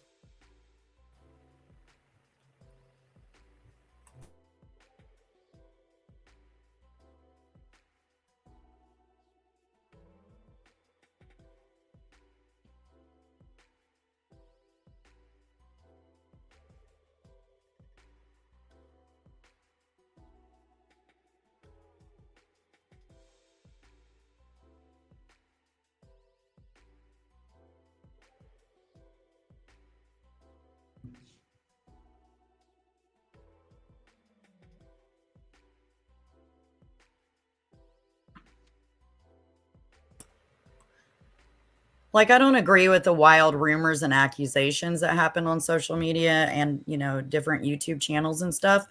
But it is interesting that a lot of them were pretty spot on. And then the All rise for the jury, please. Mobley lady that basically slid into her DMs to try to get info. She did a good job pulling a whole much more lies out of Leticia.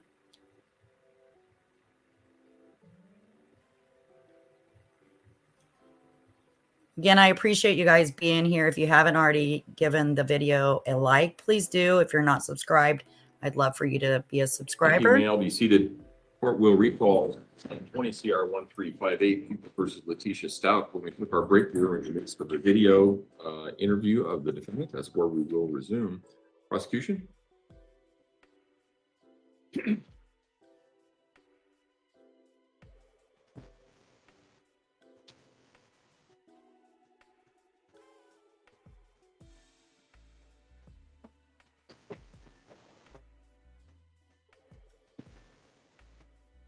I know you said you worked with like victims and stuff before. Mhm.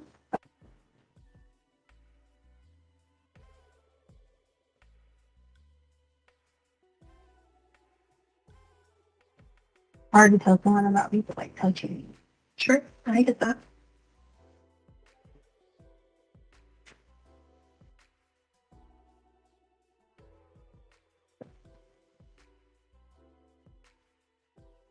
And I just need to like not relive that right now. Can I get a little bit?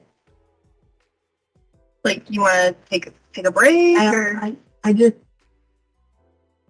you're wanting me to give you like play by play basically of an assault is very hard for how to play games. That's very difficult to explain what you remember. well, and we can take it slowly, and you can tell me what you remember, what happened, and stuff like that. You know, I want to make sure that you're okay, and I want to try and find Gannon, right? Right. Okay, so the more details that I have, the better it is that I'm going to be able to try and help you and to try and help Gannon. Okay. For me telling you about an assault on me is not going to get like a faster result unless we like actually put some action into it, you know? What do you mean? Like, I don't know, like action, is it too late to like check your body? I mean, is it? No, it's not. Like those type of things. Is that? It's not too late at all, actually. No, it's not. And if you want to do that, we can actually absolutely get that set up so that we can make that happen. So it's definitely not too Is late. it like a private like area, or like how does that work? So what it's called a SANE exam, and they're done by forensic nurses. Okay. at the hospital. Okay. So it's like in the actual, people Yep. wouldn't know that's what you're there for. And so, I mean, well, obviously the nurses would, Right. but not like just whoever else is in the hospital. Right. No. And so, because it is like because it's a forensic thing and because it's part of a criminal case, obviously this person who assaulted you, so that we could gather evidence to make sure that, when we find them, that we can prosecute them and stuff like that. We would want to take you over there to the hospital and we get the forensic nurse to come and talk to you. Okay. And then they have paperwork to go over with you, just like any other kind of like bureaucracy or anything else like that, Okay. right? And they get your permission to gather that evidence from you and to do an exam. Okay. And they're all female, all the nurses. Okay. So, and they have their process that they go through and they collect all that evidence and then that's turned over to us. So it's not too late at all to do Okay. that.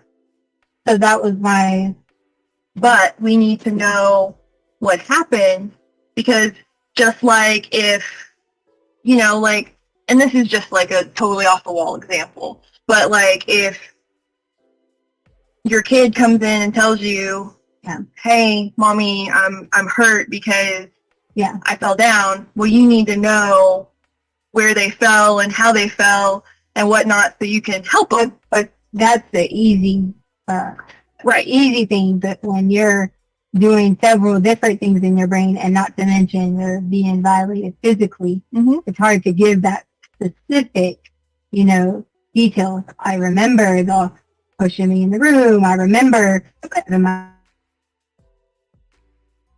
head. I remember my clothes getting taken off. Okay. But I don't want to be telling this got taken off. I don't want to be on that. And that's not what it is. I would tell that to like a nurse, in the specifics so that could assist in the process. But I say I would, but I don't know. It's just a hard thing to be like, okay, your parents would say, you remember this, you remember that, like that. Sure. And really we need to know like the narrative of it, and there will be some stuff that I would ask specifics of, and if you remember, you remember, and if you don't, you don't. Or what you can say is, well, I remember that, but I don't want to say. No, I'm not trying to not tell you anything. It's just a hard process. I guess maybe I'm thinking you're asking me too much detail. Then maybe I'm overthinking what you're asking me. So do you want me to like I said, do a play-by-play of what I remember? Like as far as like clothing? Like, well, just start at the beginning and tell me what happened. Okay. So, all right. So when he pushed me into the room, okay, I remember like a battle process of like back and forth, like that type of thing. I remember that type of thing. Tell me more about that. The battle back and forth. Well, it's someone he's not much bigger than me, so it's not like it was this big, powerful person that I feel like I'm fairly kind of a little strong. So it wasn't just here get on the ground. It was getting like move around the room. I don't really remember like which direction. Sure. After I hit my head the first time, that's when it started to be a little blur into what was happening then. Okay. So, and remind me, what was it that you remember hitting your head on that first time? I think I want to say it was that red and black table. I'm sorry, red and blue table that was in Gannon's. Red and blue table. I feel like it was the red and blue table that was in Gannon's room because I remember like going back to hit my head. Okay. Okay. And you keep motioning back here. Did yeah, you like the back of your head? Right. Yeah. So like it was in like. Well, there was a couple, like the ground was a big force, but I was also fighting back. So I don't want you to think that it would have been some sort of, and I did have like, I was going to like show you that I did have the blood in there a little bit concerned with a little scratch, but I did have, the ability to push back some because he wasn't like overpowering that.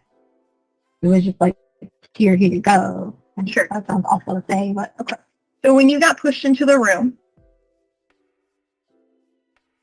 and you got pushed, like you guys are doing this battle back and forth and you hit your head, did you end up on the ground first? I don't remember. I'm sorry. Okay. I don't. I just remember hitting my head, and I remember the next time I hit my head, the second time that he came back after me and tried again. So there was a couple of times that I kind of was in and out of it. And So what? not to mention, I had taken lorazepam, a little extra than usual. Mhm. So it was, you know, a little bit. I don't know how to say, like, how to say. I did not know. I'm like that, but it was Sure. kind of like being like zoned out a little bit. Sure. It was almost like I was out, like blacked out, Okay. because it was one of those things where I could like hear what was going on, but I didn't like know what was going on or vice versa. What do you remember feeling?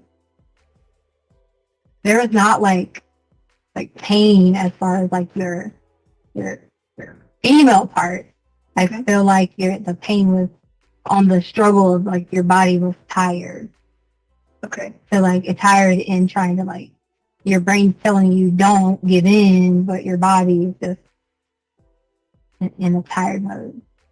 Okay.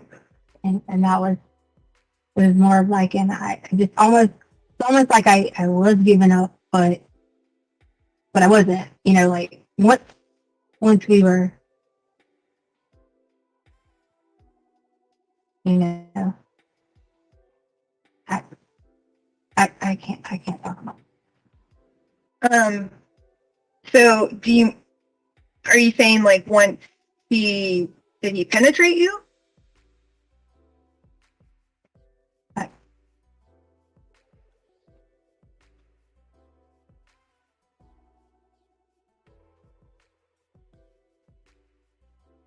I remember my clothes coming off, not my top part. Okay. Remember the bottom, and I don't remember if this was the first time or on the second time, which wasn't a successful time. I remember my clothes coming off like on the bottom, and I remember having my top on. Okay. And I remember I was pushing like pushing back, Sure. and then I like out of my mind, it was almost like a little blur because I hit my head again. Mm-hmm. Like you know, you're like trying to push up, like to push somebody off, and you get pushed back down and hit your head. Okay. And then it's kind of let it. Yeah, we did it. Like I'm not gonna. Here's the thing: is that this conversation, like what we talk about, is not. I'm not gonna run and talk to your husband about or his ex-wife or anything else like that. Okay. I don't want to give in because I wasn't. It wasn't. I didn't agree to it, but at that point it feels like I did give in. Okay. And thank you for telling me that. I appreciate that. When you say that you gave in and that he completed it, I don't remember about when I say completed. I mean as in I was able to like have that bolt of energy to like get up again. You know, I don't know if there was like completed. I can't. I'm not wanting to think about that. That's good. so I'm not asking if he like ejaculated or anything else like that. That wasn't my question. I'm sorry. That's what I thought. So my question is, did he put his penis in your vagina? Right. Yes. Okay. Do you know? Okay. Sorry, that question. And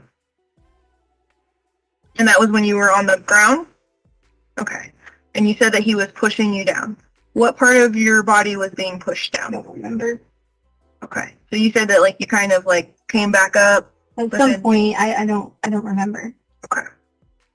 I don't want to give you wrong information about step by step about my body being violated. I don't think that's fair. Like I don't think that. And then every time I have to keep saying to you like If it happens, I have to say that to you again, and I have to say that to you again. Difficult. Okay. Was there anywhere else that you were penetrated? No. You mean like an area? Yeah, anywhere else on your body? With the penis? Mhm. Yeah, no. Okay. And then at some point it ended. Okay. What happened next after it ended? So, but it didn't end at that direct moment because remember Gannon comes in. Okay. Like, tell me about that. Gannon comes in to like jump on him. Okay. Like, to like kind of help me out. Okay. And so I don't remember anything but like laying back, and I remember that I could like hear that Gannon had came in. Okay. I could hear that he knew this is not what you're supposed to do.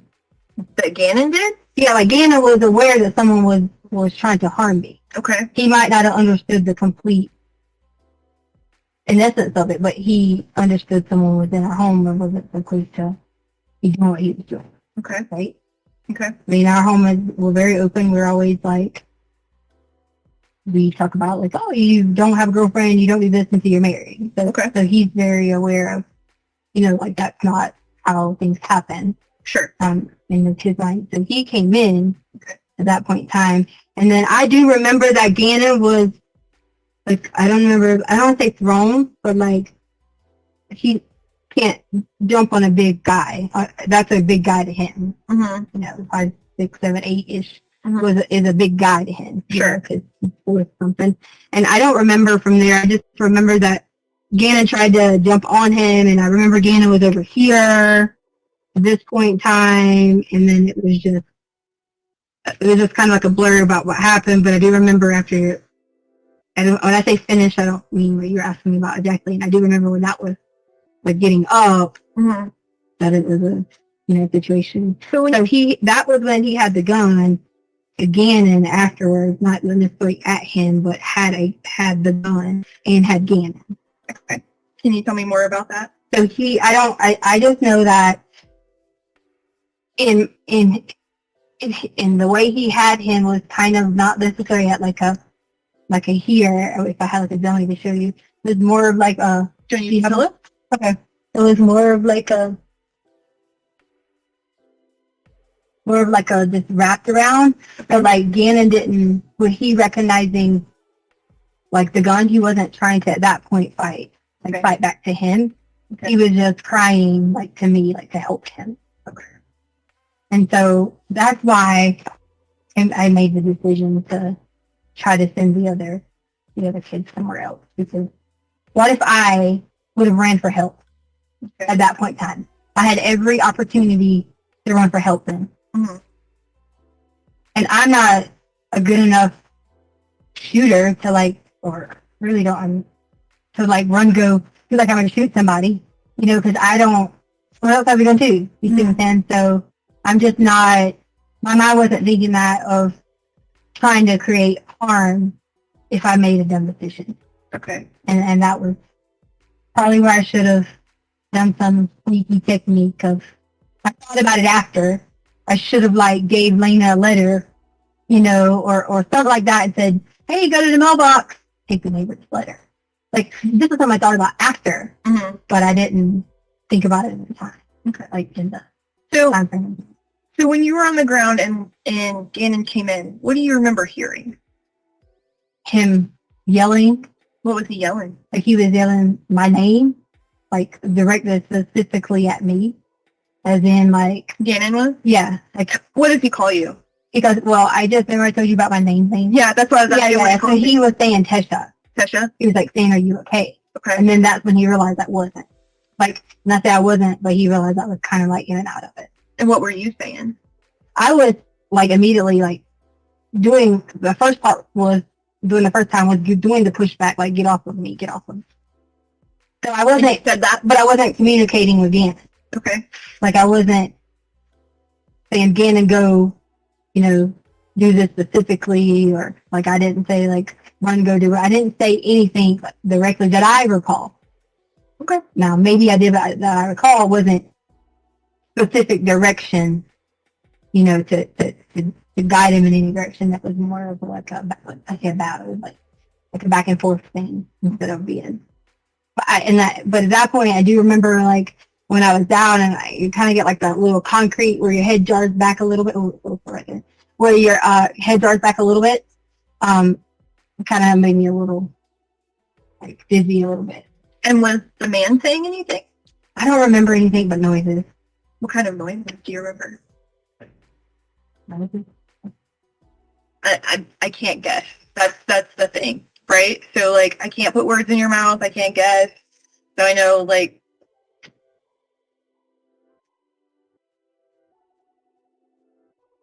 I'm sorry, pleasure noises. Yeah, I don't know how to describe it, like pleasure noises, but like crunching sound. Okay. And so he's making pleasure noises, and then Gannon comes in and yells your name. What does the I man mean, I do? don't remember specifically he just came and yelled my name or could jump first, but Okay. What does the man do? it was more of like a this, but he was still inside of me, Okay. kind of. I say kind of, but like he's moving, Okay. so obviously he's got to put more like force on your body. Okay. And that's just when I just started to cry. Because it was like a giving up, kind of like a giving up type moment. I'm sorry that you are upset by that. And it was just, because what are you supposed to do at that point? Sure. You can keep trying to fight, but they already taken something from you that you only have pursuing yourself. Sure.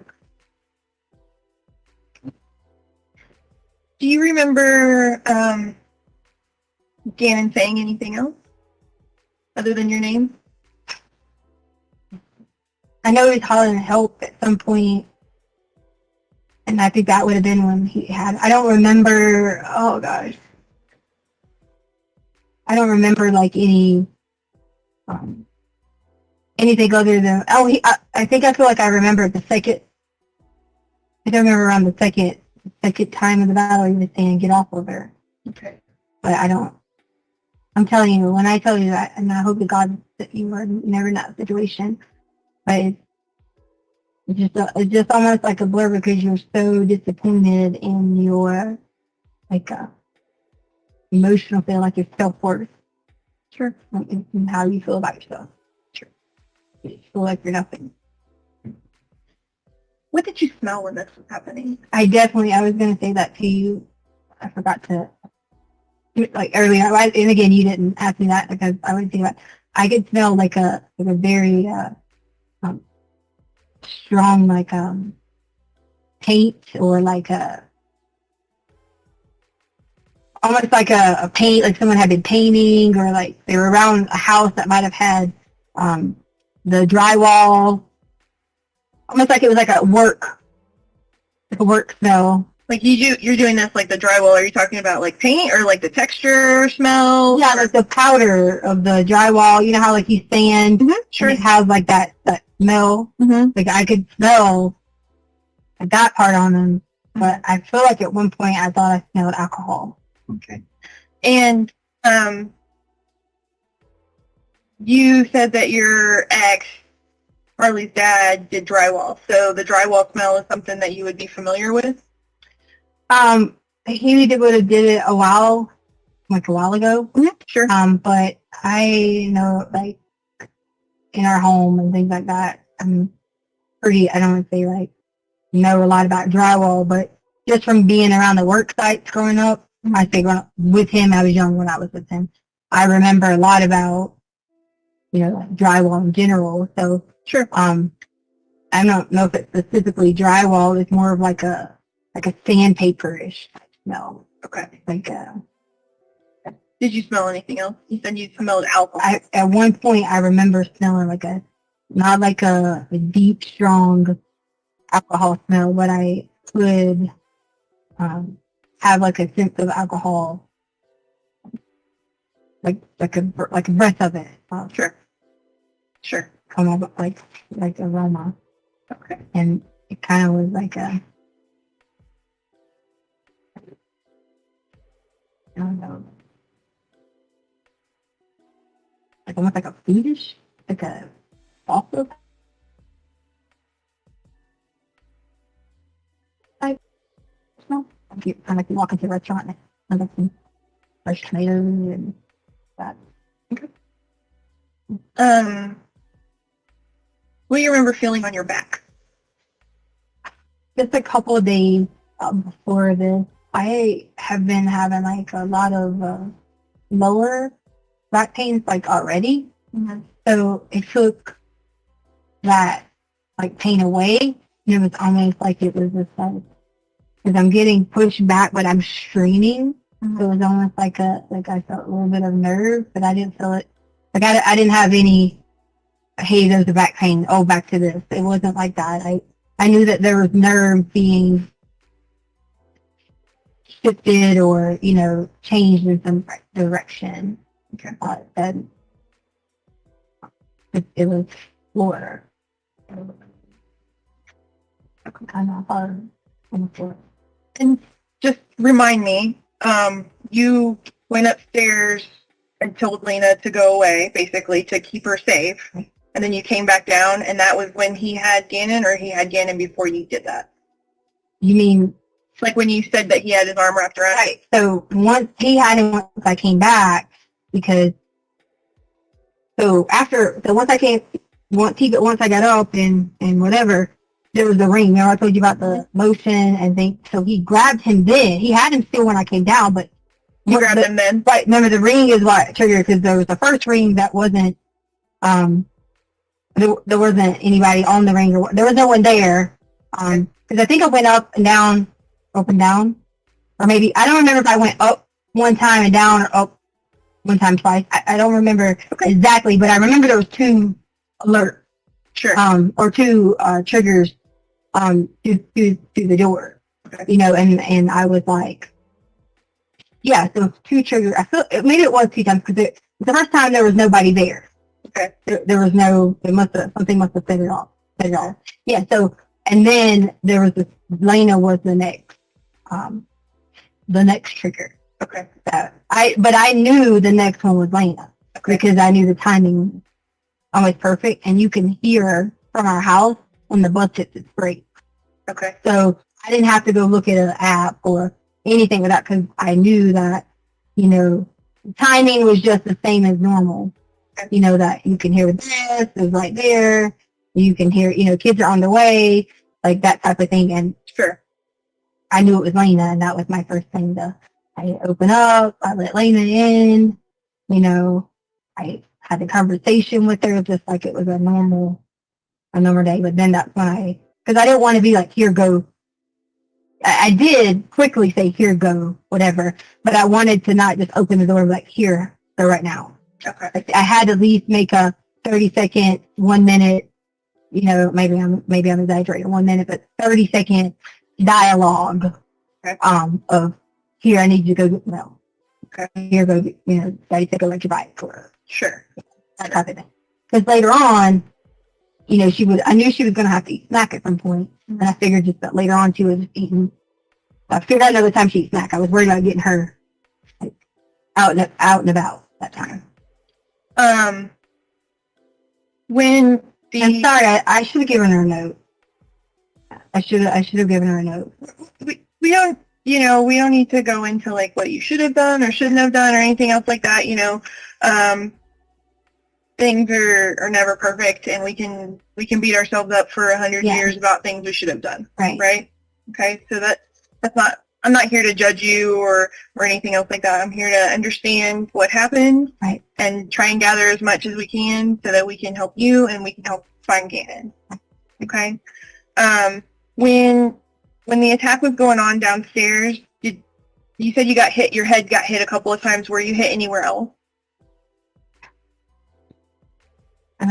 Probably, yeah. Are you asking like about like punch or like? Yeah, were you punched, slapped, kicked? I don't remember. I don't remember being hit anywhere else. Okay. Do you have any injuries? I don't have like any specific injuries here because I was grabbing like this, like pushing up. Most of it was just like head. I don't know if they trauma, but head force on my head, and then the nerve in my maybe spine. That part. Okay.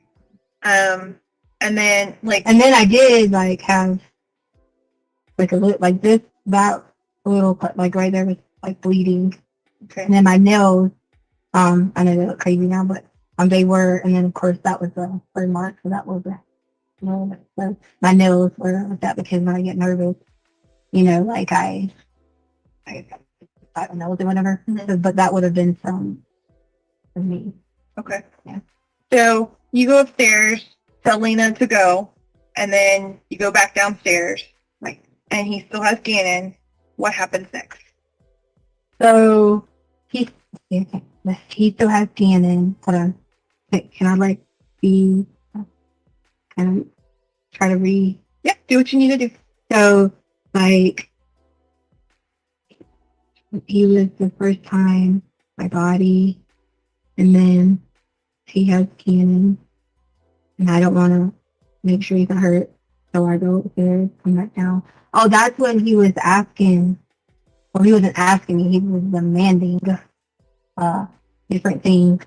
He was demanding like I probably didn't tell you that earlier, but I do remember that now. Okay. He was like demanding things from me. He was demanding me that I was not to say anything, that there would be consequences. He didn't say the word there would be consequences, but it was in a louder tone of direction of saying. What exactly did he say? I don't remember exactly. I just remember there was some sort of you gotta make sure you don't tell anyone at the door. And I had common sense enough to know if he had Gannon and has a gun that I'm not gonna make a stupid decision. So coming back down, at that point in time, I remember being like, I don't remember if I was pleading or asking. Gannon was saying help. I didn't have a weapon. I couldn't just go grab and hurt him.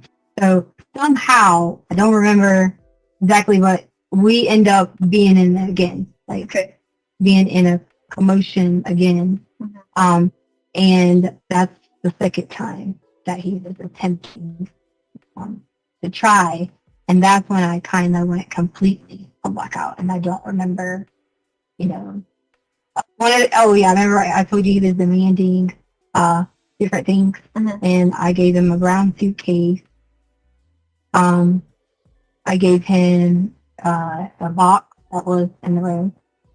He asked me, he demanded the brown suitcase.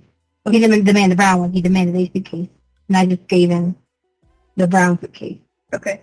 And in my mind, I didn't know. Can you describe the suitcase for me? I don't remember. I just remember we have like 10. Okay. I just remember the brown.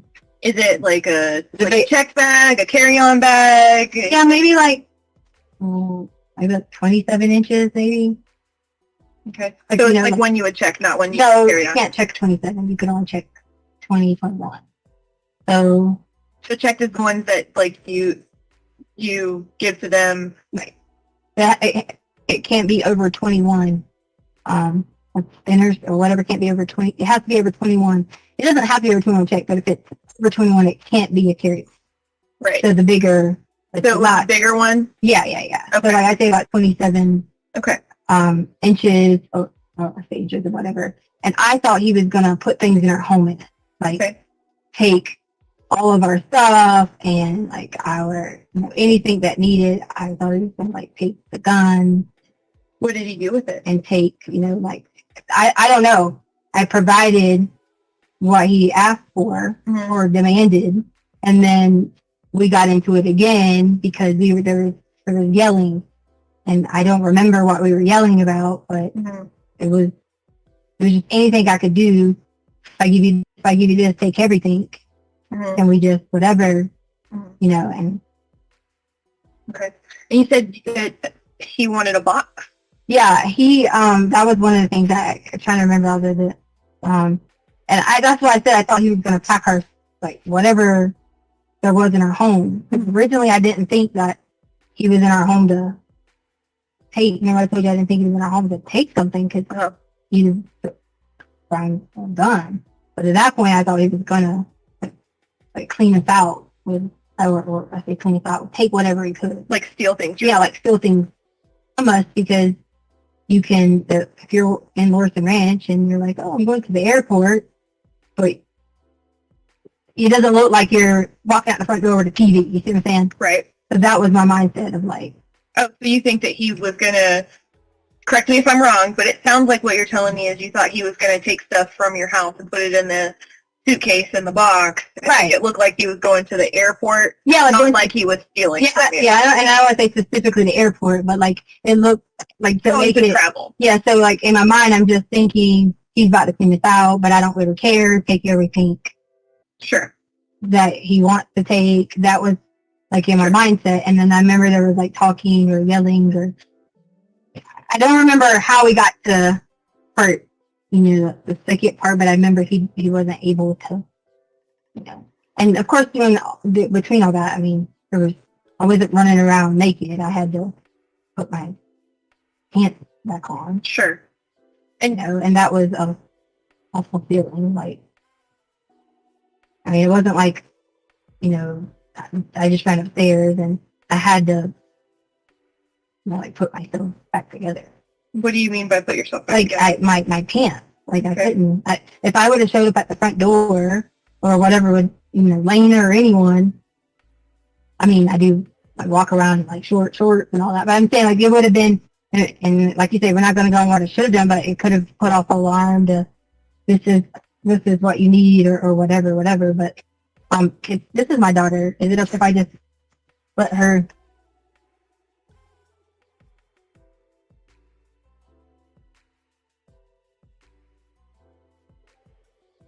Uncle wants me. Okay.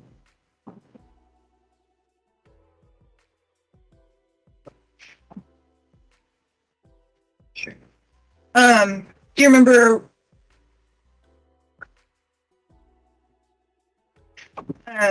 So can you describe the box for me? Brown box. Was it like a cardboard box? Yeah, Like a wooden box? Yeah, Like a metal? Like, did it have stuff in it? yeah. No, like there was nothing in it, but it was just a regular like shipping boxes. Like Okay. that's why, I mean, that makes common sense of I'm putting stuff in there, but he could have easily have gotten that himself, but he would have had to have let him again and go. But that, you know, that was his way to have control of the situation. Sure. And where was that box at before you got it? In our storage room. Okay. Yeah. And is that where the suitcase was as well, or? Yeah, I got the suitcase and the box, and I was saying things because I did think he was going to rob us. Like I say, like take all of our stuff, and I started out with being like, upset about being robbed, but then it was like taking anything too long. Mm-hmm. It sounds really scary. Yeah, it definitely is. Because in my mind, I'm like, but I knew if I'm given into the situation, then I can get what, you know, like what I would expect the result out of it, which would have been that everybody would have been safe, and he's going to get what he wants. And your intention was he saw someone that he wanted to take advantage of. So you give him the stuff. There's another altercation, and you said he couldn't, and you kind of trailed off. Yeah, like he couldn't at that point in time, like take my pants back off. Like it wasn't like the first time. Okay.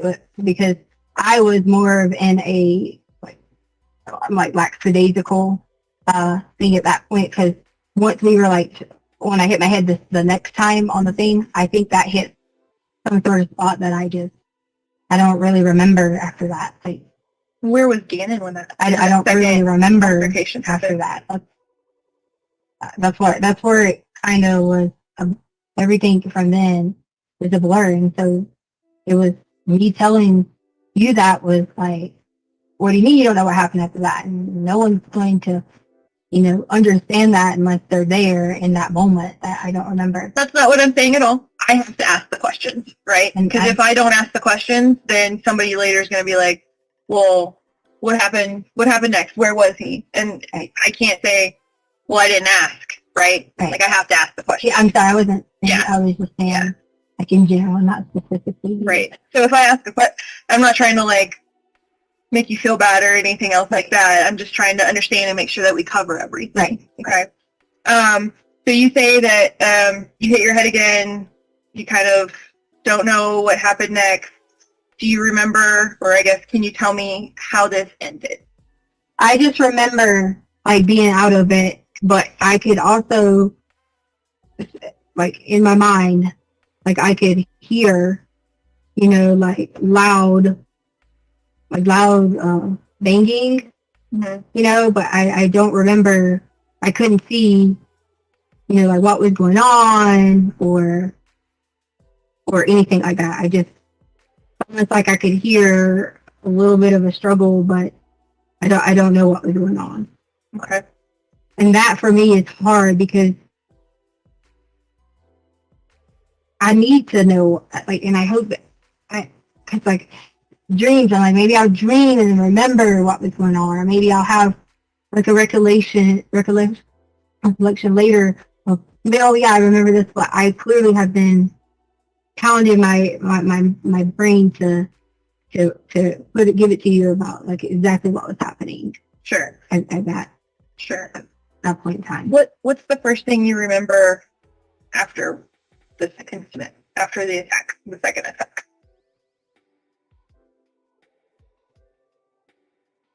I just remember being like, where's Gannon?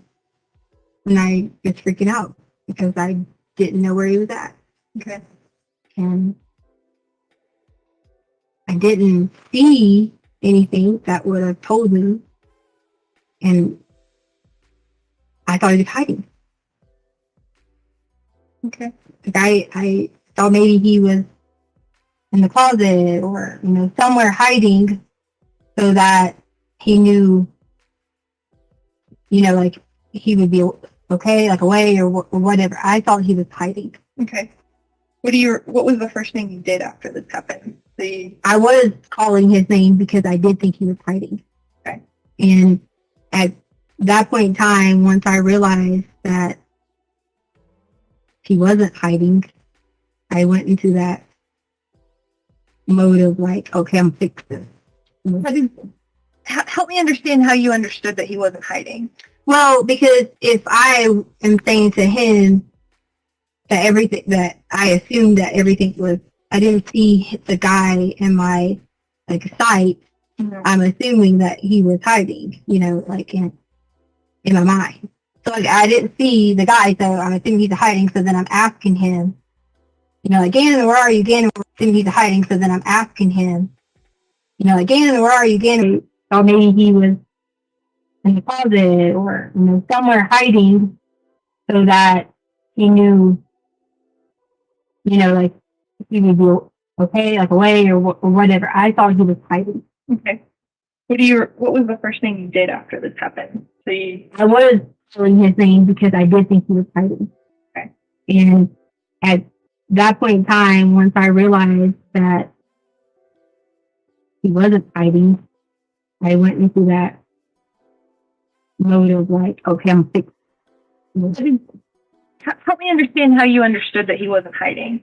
Well, because if I am saying to him that I assumed that everything was, I didn't see the guy in my sight, I'm assuming that he was hiding, like in my mind. So like, I didn't see the guy, so I'm assuming he's hiding. So then I'm asking him, like, Gannon, where are you? Gannon, where are you? Okay. So then when I realized Gannon would come out, or again, I can't say we do different things at different times, but if Gannon was thought it was safe, he'd come out. So then, in my mind, to be honest with you, when I said I'm gonna fix this, I thought Gannon was still hiding. So when the detective searched the home. I really was hoping that's what was going to happen, and he had been scared to come out because he didn't know if it was safe. Or maybe if he was like, had hit his head or something after what I don't remember, but he could have been, hiding and maybe got, I don't know. I don't want to make assumption of how he could have maybe not been aware, alert. But I think my thought process was when the guy said he was going to search the house that I was going to find him, like we'd find him, that's when it really set in that, but I didn't know where he was at. Has Gannon ever hid in the house before? Not that I'm aware of. I mean, they play little like back and forth of like, like hide behind the sofa or like boo, but it's only like, a little bit of time. But but we don't have like the violence of, him seeing another man hurting someone. So I would think in that moment he would have been hiding. Okay. But he wasn't, prone to be like, I'm going to hide out. But his personality is very, in like actually getting along with people and that type of thing. So yeah, I think that somebody had talked to the school and like they had said that he was pretty laid back and quiet. Right. And that would have been, my thought. Again, Gannon was on his medicine. Mm-hmm. So he has a different, the way he acts is differently than when he isn't. Sure. So he would be a more hyper, so that's why I would have expected, that he would have come right out. But then, because on his medicine, he'd been like zoned out, how to make decisions, correctly, because he would have been, he's just like that. When he takes it, give it to him, he can't do any schoolwork like he has medicine. Okay. Like, I mean, reading off everywhere. So my mind was thinking he didn't take his medicine, so. What's his behavior like when he doesn't take his medicine? It's not bad. Like, it used to be where you couldn't get him to focus on anything. Mm-hmm. Like, if he went to church, he could not sit in church without electronics. And I know that might have been a little bit local, but he needed something to have that attention. For ADHD, he needed something to have that on. So without his medicine, he could, and like on the hike, he might run way up there, and then we catch up. Because like that much energy. Okay. And is that what it was like on Sunday? You mean at the hike? Yeah. It was like he had the burst of energy, but then his stomach. When his stomach got hurt, he didn't see him. Mm-hmm. That's when he took more of he was able to control it because he was focusing on his obsessions on cleaning his body. Okay. Imagine like walking around. Sure. That would be uncomfortable for right. Pretty much anybody, I think. Okay. Mm-hmm. What happened to the gun? So the gun. This is how I knew. I didn't know in the time that the gun was out. I didn't know the time of the gun. I just assumed with the black colors that it was. Mm-hmm. So remember, I said that I put the stuff back in the closet. I put everything back the way it was because obviously at that time I had told them.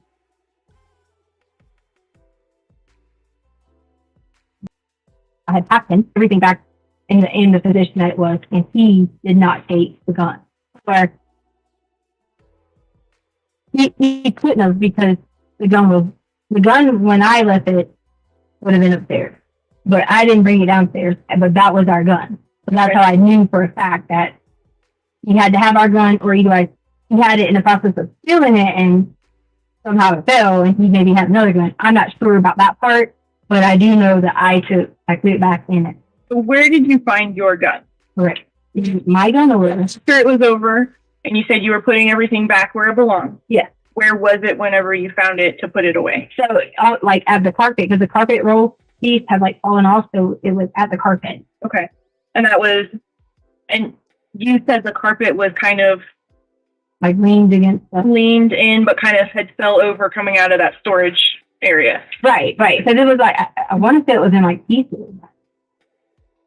I want to say it was the carpet or the gun? No. I want to say like the carpet had like not necessarily multiple pieces, but I remember like maybe different directions. I don't remember, but I feel like I saw different directions. Okay. But yeah, it had fallen over, but the gun was there.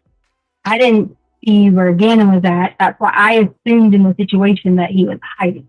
Okay. I didn't think that there was a concern, at the time that, Okay. Describe for me what Gannon's room looks like after this happened. I just remember putting things back together. Like I say back together, but like I remember I had already like straightened out his room from before because when he had the like burns and stuff. And I do remember Gannon was I do remember Gannon was bleeding. And I think from the hospital could have been something with his arm. Okay. But I do remember he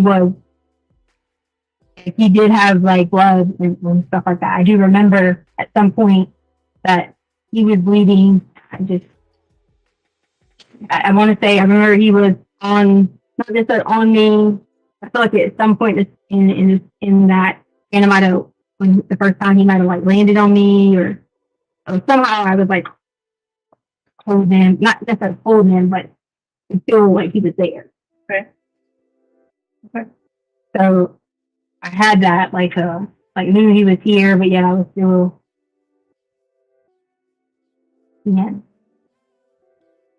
taken advantage of. Okay. And so yeah, back to what we said about the ring. So I put like everything, back in its order. I want to say that it might have been 15 minutes or 20 minutes. I don't know. It would have had to been. So it probably would have gotten off at 4:30. It might have even been. Sorry. It might have even been a little bit longer that I remember being out of it. And the reason why is because just the time frame. Okay. And this all happened on Monday, right? Yes. Okay. I just wanted to make sure that I had it all right. So you put the stuff back together. You found the gun on the floor next to the carpet that had fallen over. Where did you put the gun? I took everything and put it back because when I had to tell like Albert, that was the first question that he asked was like, where are all the guns? Are they all here? That type of thing. So I put them all back together. Okay. And I don't live in your house, so I don't know where it all back together is. So where are the guns typically stored? Either in that shelf that I was telling you about. The silver one? Right. Or in the closet. Okay. And so I put the other guns were never had never been touched until you guys. I haven't touched any. Well, you're the person. Okay. So they were already in the closet, but the handguns usually are in different sections, which would be accessible in case of emergency. You don't need the shotguns to be that, that accessible. So I put my handgun was already in its place. Your steel one? My handgun was already like in its place completely. I mean, I don't know if it was in the exact same location, but my handgun was present. Okay. Where's it at? In what you just told me. In that, yeah. Council first for a minute.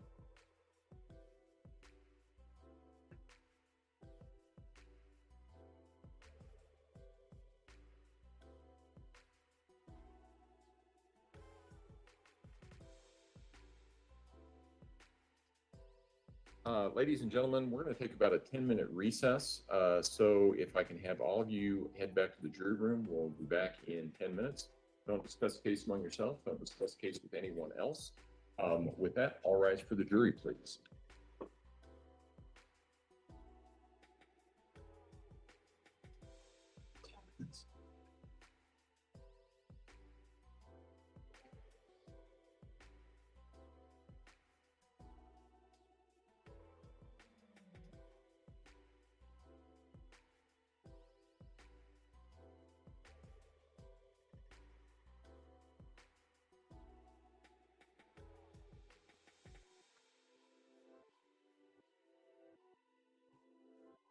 We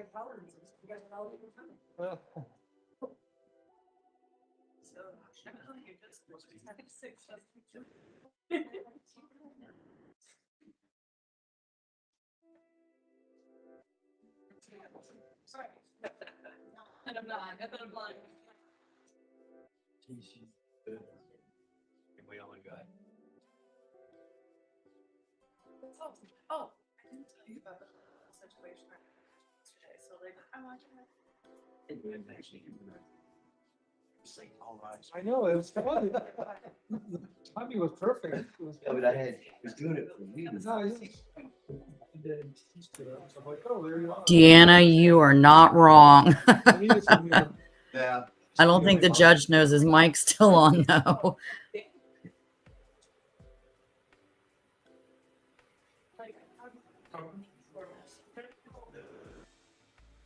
And then,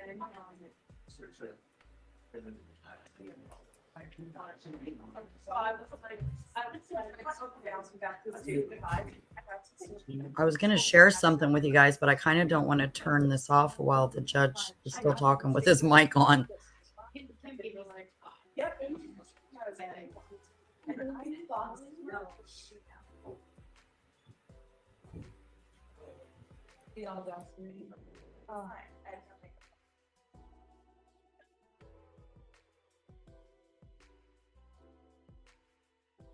yeah, absolutely. That's why I ran it.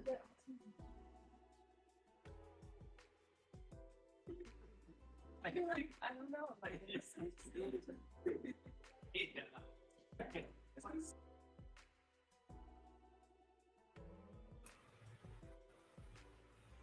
Okay, well, he probably won't say anything that we'll get a kick out of anyway. I think he is so done for the day, for tomorrow as well. But yeah, so real quick, I pulled up the legal definition for criminal insanity. And it says criminal insanity refers to a mental illness or disease that makes it impossible for a defendant to know they were committing a crime or to understand that their actions are wrong. So I'm pretty certain she knew she committed a crime and she absolutely knew her actions were wrong. That's why she's telling all these lies and stuff.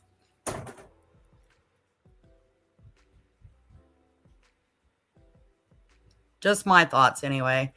The jury will be given instructions on Deanna, I just saw your comment. Me too. Jury will be given instructions on what the legal definition is. But, I mean, from what we've seen, if I was on the jury, I would feel like, well, she knew she committed the crime. She knew her actions were wrong. So that would not prove her to be insane, even at that time.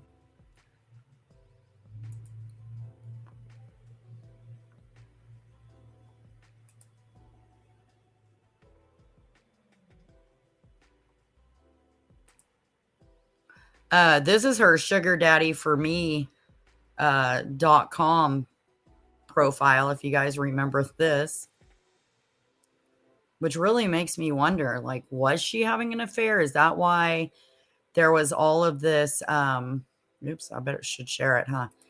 Is that why there was all this talk about this other guy? And I don't know.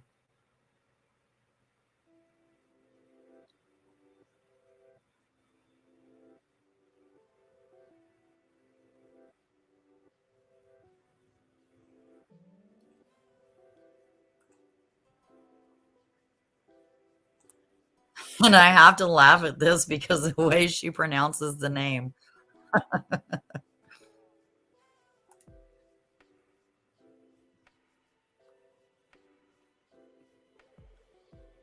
We'll just keep Egg Wardo up on the screen for a few. The judge is still talking.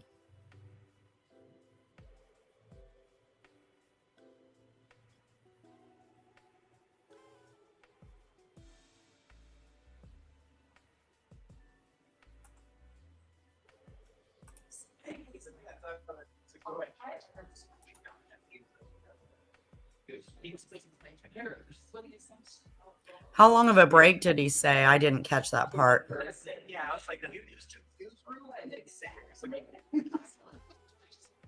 I'm thinking it was just a few minutes, possibly. That's why they're still right there at the microphones. Oh, yeah, I went down and got one. Just have to shake your head and be like, It's still this year now? yeah, but it's like a caffeine.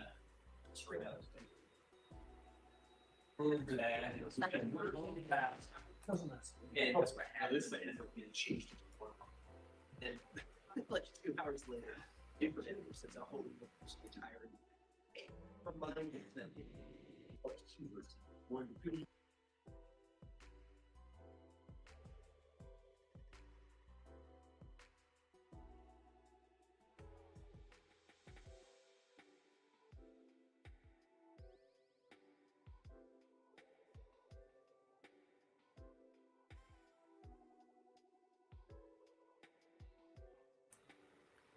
Oh, it's 4:15 there in Colorado.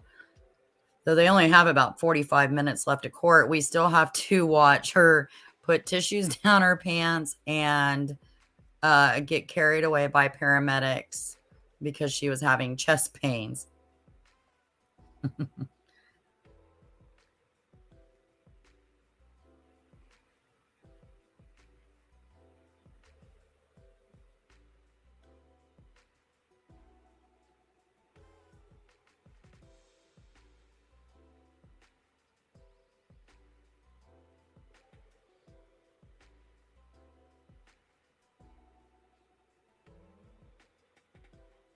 15 minutes probably. I hope not. We're at the home stretch.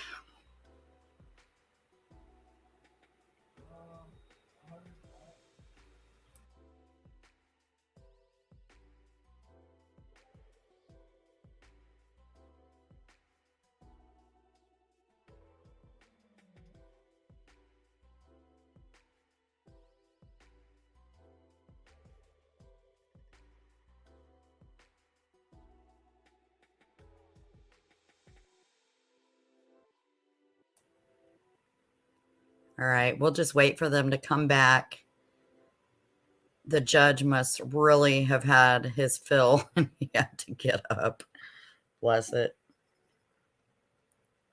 Deanna, I don't know. That's just apparently she did that. That was in the affidavit.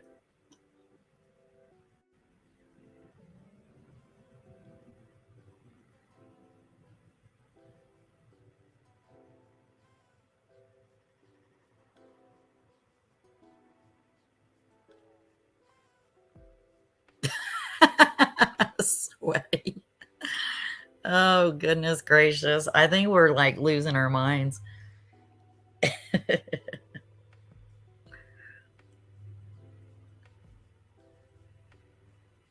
I mean, you've got to laugh. If you don't laugh, what else can you do, you know? We're laughing at her. That's what we're laughing at.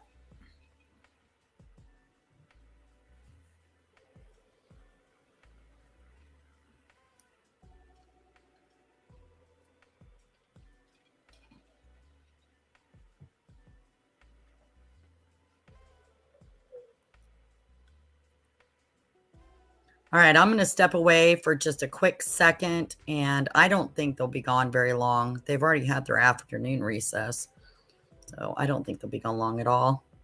But I'm going to step away for just a quick second, and I'll leave this up just in case they come back before I'm able to make it back.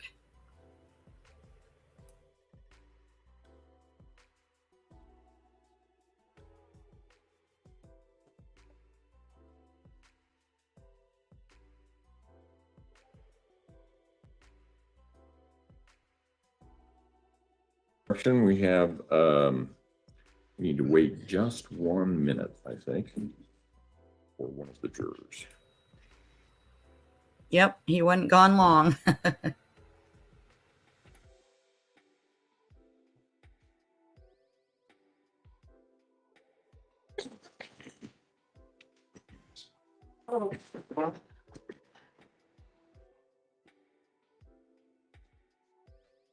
Go ahead and bring the jury back in.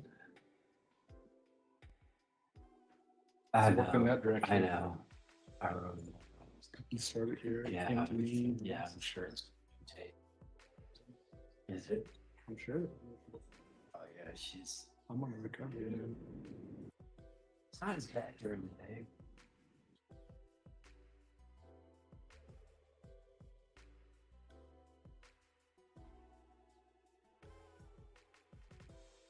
On openings, I did too.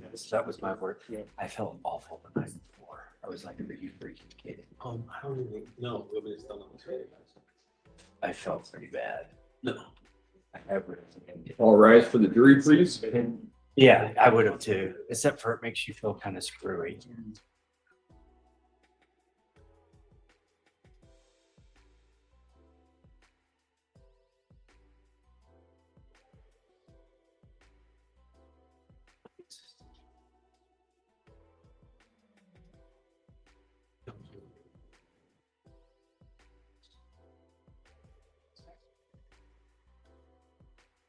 Thank you. You may all be seated.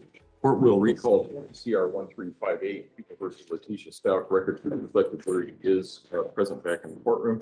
Sorry for the interruption, ladies and gentlemen. That was an emergency I had to deal with unrelated to this case. With that, go ahead and start with the word. And then just as far as timing goes, Judge, you want us to just play it right up till 5 and then About 5 till. 5 till? Okay. Yeah. So everything was already there. I just I say gun, when I tell you put the guns back in their place, there wasn't multiple out in different places. I just want to make sure you know that it was, I put that gun back with its partner gun. Okay. To make sure it was in the same place. So you put the black handgun into the silver armoire thing, chest thing, with your teal handgun. Right. In the same chest. Okay. And have they been moved since then? Well, Albert took them. Albert took both of them? Mm-hmm. He made me give him mine too. When was that? Today. Today? Yeah. So like he took all of them when you guys, I guess you guys, I'm sorry, when in your department, I guess they went through my closet or whatever. Okay. They still left the guns in the closet, but you know, they weren't in the same place that they were. Sure. And so Albert took all them too because he was like, oh, well, I don't want you to harm yourself and things like that. He was saying those things to me, so he took them all and made me give him mine as well. And that was today? Yes. Okay. Do you have a history of trying to harm yourself? No. Say things like, he tried to say something about like, I'll grab a knife. That is not true. I do not do that. Like, I have never done anything like that in my entire life.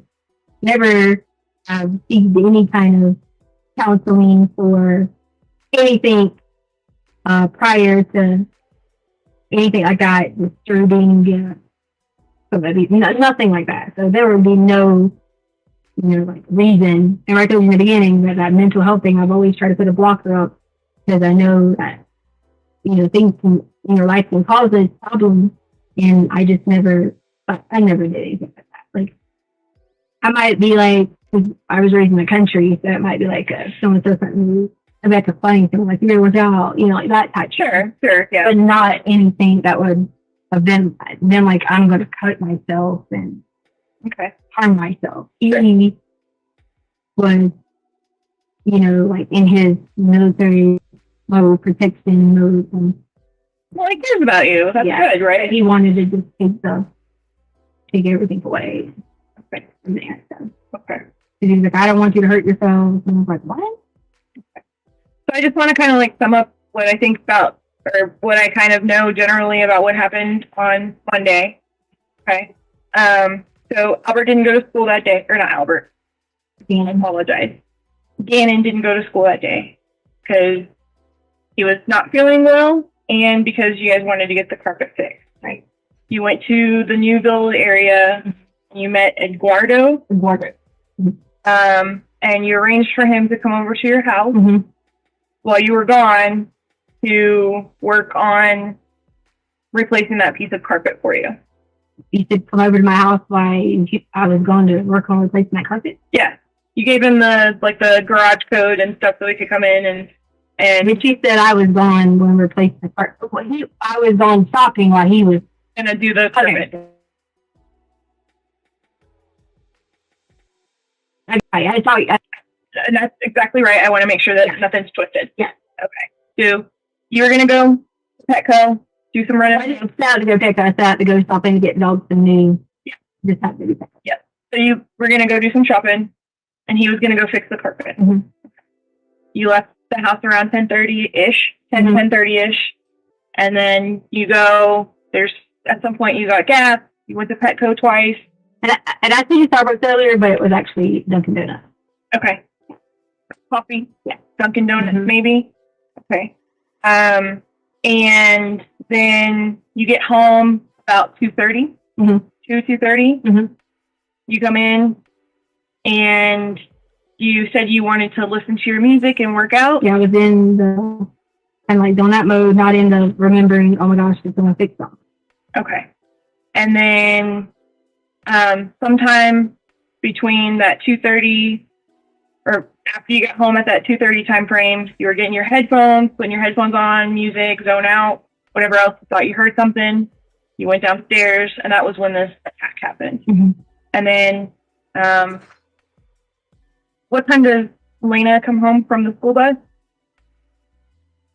It depends. They change the school hours. It could be anywhere between 3:15 and 3:30. Okay. Depending on. So 3:15, 3:30 is the typical time Lena comes home. You don't want her to be in danger, so you send her out to go ride her bike and check the mail. And Right. you go back down, another altercation happens, and the next thing you remember is that you kind of come to and Gannon is missing. Right. Okay. So, and that was probably like around 4 o'clock? Rough estimate. Yeah, because it would have been, or it could have been 4:30, but it wouldn't have been after 4:45, because let's see, Hollywood took 30 minutes to get home, so she hadn't got home. Lena was still riding the bike or out and about.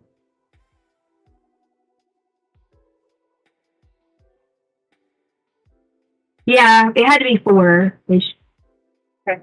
4:15, no later, like I said, than 4:45, because that would have been already like on her way home. I think I have a pretty good idea. I'm pretty sure that was exactly right. Okay. Because I think I told, yeah, because then I sent Harley and Lena to Dot Street. Yeah. Yeah. So Harley would have a judge Lena. What is the you have an alarm on your house? Mm-hmm. What company do you use for that? ADT. ADT. Okay, to write that down. And you have the same. Is the passcode for the ADT stuff the same as like your garage door code and stuff like that, or like you mean like the login? Like when you go in to disarm the. Oh, yeah. No. It's different because the alarm is Gannon's birthday. Jan's birthday. Yeah. Okay.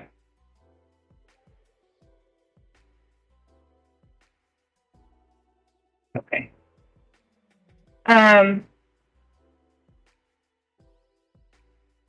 Okay. I'm gonna take a break. You need to use the restroom. No, but I really need to. I haven't showered and haven't eaten, and I'm just getting tired. Okay. So. Okay. All right. And we had talked earlier about whether or not it would be able to take action at this point, as far as like gathering evidence and stuff like that, with whether it had been too long. And I told you that it wasn't. Is it something that you're willing to do? Right, yes, because I would do anything for you to figure out who Eduardo is and make sure that. Okay. And it's perfect that I found you to say that, make sure that I could just like. Okay. What pants were you wearing when all this happened? There was a set of like clothing, and I had like washed the stuff like you and you guys. yeah, sure, people had taken some of the stuff out or whatever, but I put it with all the stuff that like I had washed and stuff like that. I don't remember if it was the black and purple or the black and blue, but it was like sporting athletic things. They were on my chair when I went home last night. Were they like leggings or joggers or? Yeah, they were like kind of like this. Like, Yeah. Well, but more of the nylon-ish material. Thing, so they were like black and maybe purple or blue. Yeah, it was one that I wear like a lot of Nike and stuff like that. So it was one of those. And you can give them the alarm code, right? You just gave them the garage code. Yeah, because you don't have to have like the alarm code to come in the house. Okay. You have to have, and that's assuming that I even set the alarm. I mean, I may or may have not. I mean, typically I try to, log into my phone and do it if I forget. That's just assuming if I had, whether I had or not set the alarm, but I'm pretty positive. I don't say positive. I'm almost certain that I had set the alarm. Sure. But it doesn't have a sensor on the door. Like when Are you able to see if you log into your alarm account whether or not it was alarmed at that time? Yeah, that's what I was trying to show you, but I couldn't serve it.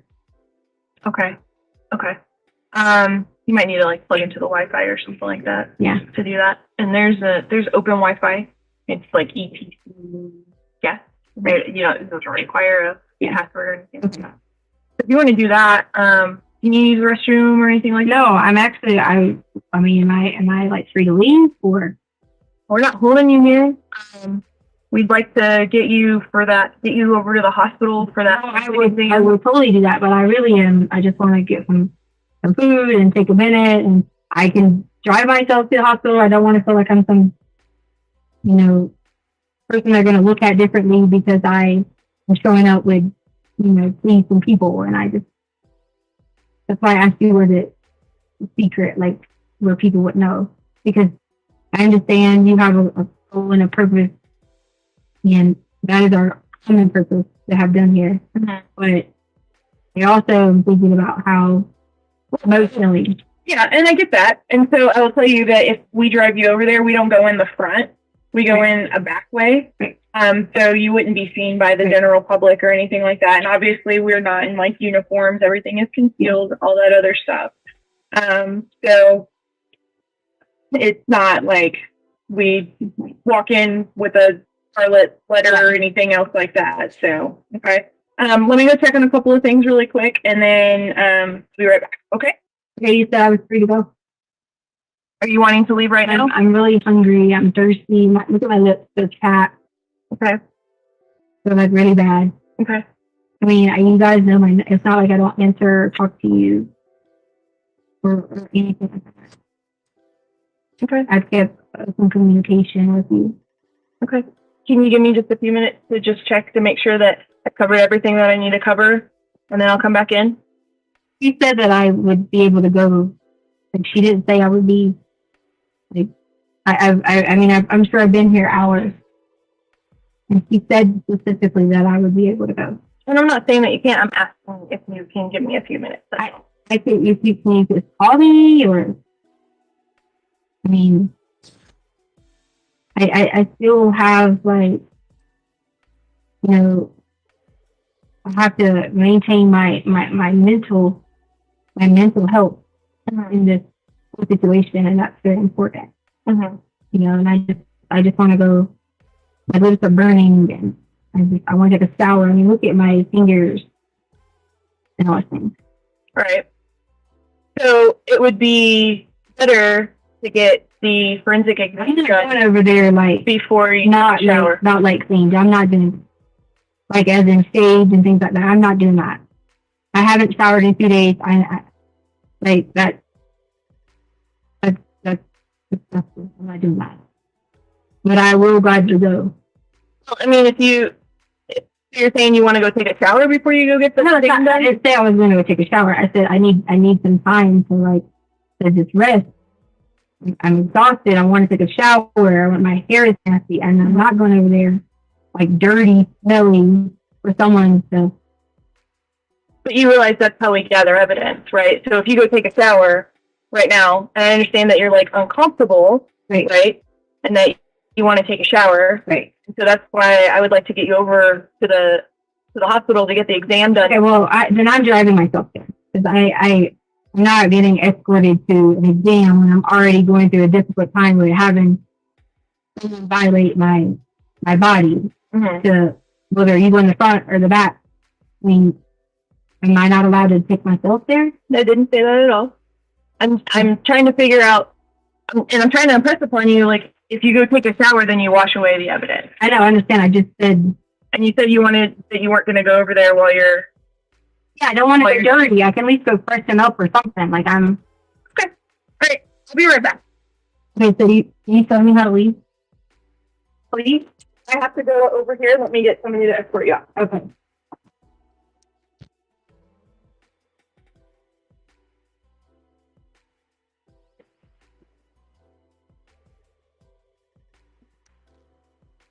Oh, hi. Said that I could go. Well, can you talk to me about what? And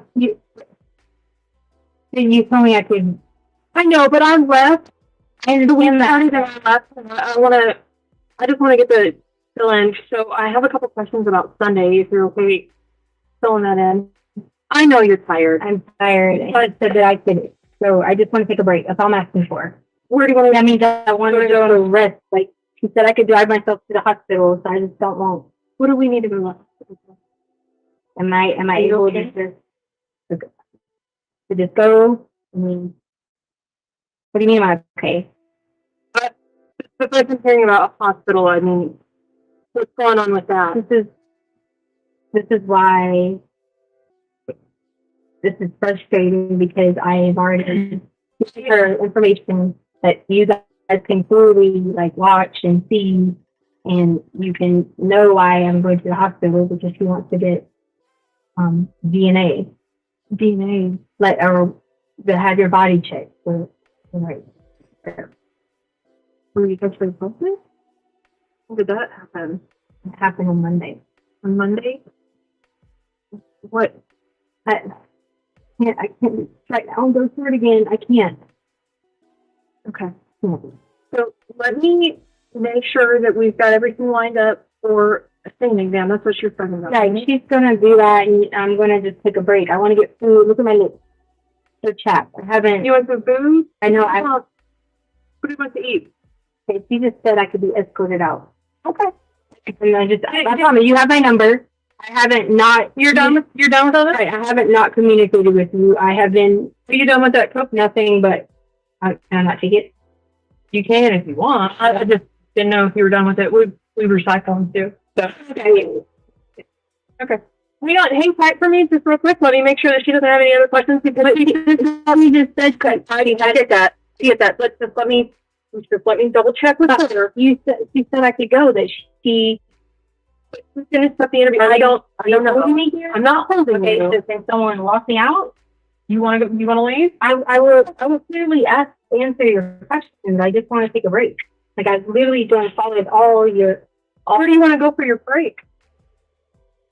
I want to see my child. I want to get lunch with her. Well, I'm more than happy to get you lunch or to bring your daughter here or whatever needs to happen. I'm not saying that you can't leave, but I would like to finish up this conversation with you. There's a couple of questions about Sunday that I have, and this is the first time that I'm hearing that you're sexually assaulted. You go stand right. That would be, well, you lean towards the door, so open the door. If you'd like to have the conversation in the room, we can. It's up to you. But like I said, I missed out on a bunch. So I'm not being able to just go and chill out. doing this is in the room. Where do you want to go?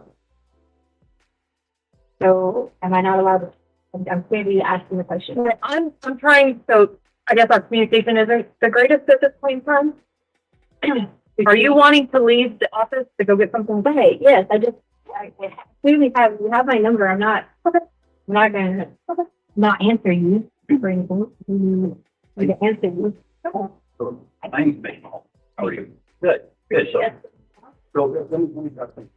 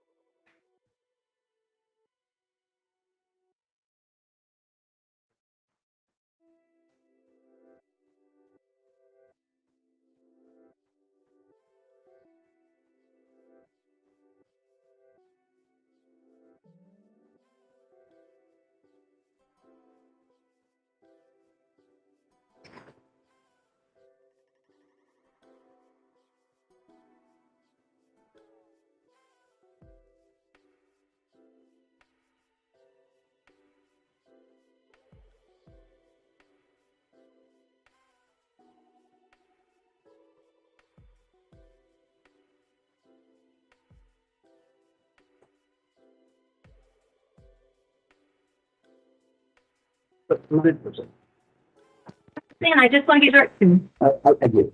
And so, once again, we're back in the interview room. Okay. We're on camera. Mitch Mahalko, you think the investigation section. Okay.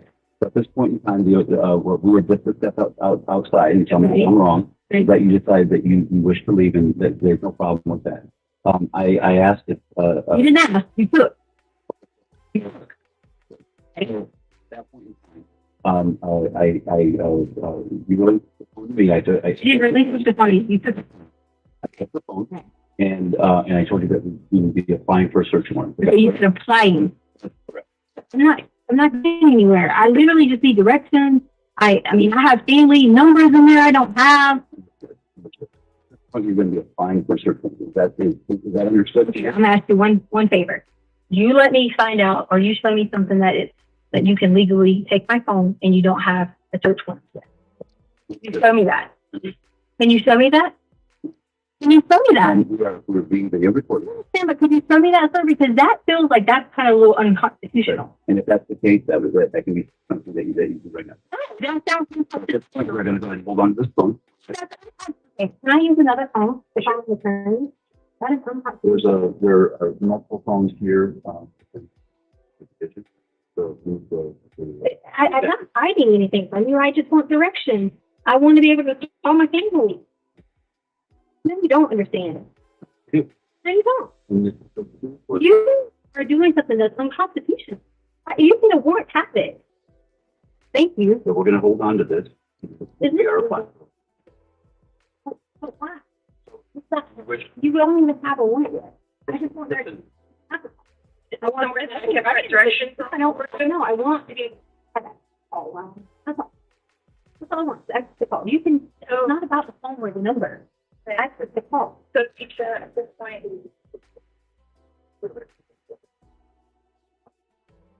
We've got you for phone recorded at this point. We're going to be held. So we can do a search warrant.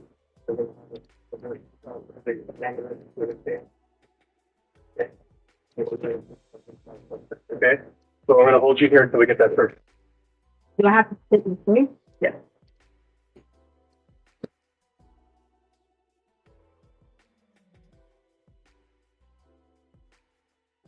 Do I have to like stay with the door? I mean, I've been shut up in here, ma'am, and I've been nothing but respectful to you. Sure, and I just and sir, can I speak to you too? I don't care that you had the phone. You took it out of my hand, and that was very disrespectful. If you would have just asked me for it, I would have given that to you. I would have said sure. But it was the way that you did it. Okay, so that was my thing with you on that. And then all I'm saying is, we'll have to be trapped in a room. So, Leticia, I understand that, and I hear what you're saying about feeling disrespected about the phone being taken, and that was disrespect. Okay. Right? And I'm sure that, I'm not letting him speak right now, but I'm sure if I did, he would say that he is sorry for making you feel disrespected. That's fine. Okay. At this point, I'm being told that you have to stay, and this is where we have to keep you. Okay, this is going to be the most comfortable environment. Okay. Okay, it's like there's a couch and whatever else, or other interview room. What was he saying? Payload for what now? Getting search warrant. We're getting drunk for the phone.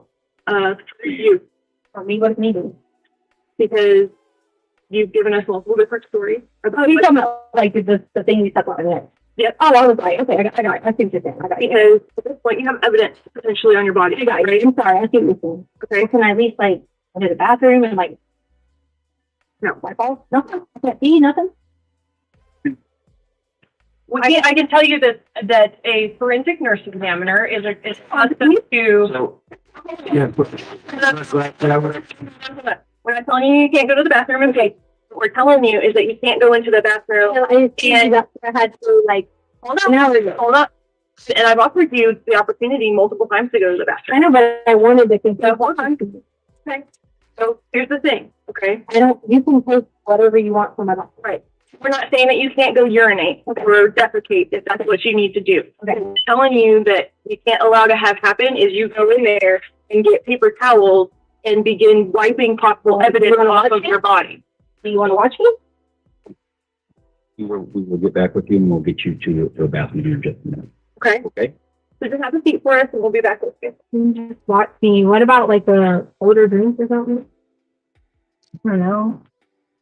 Hot meal. Mm-hmm. So you need a colder bottle of water or a Gatorade. Are you taking my drink? What in the world?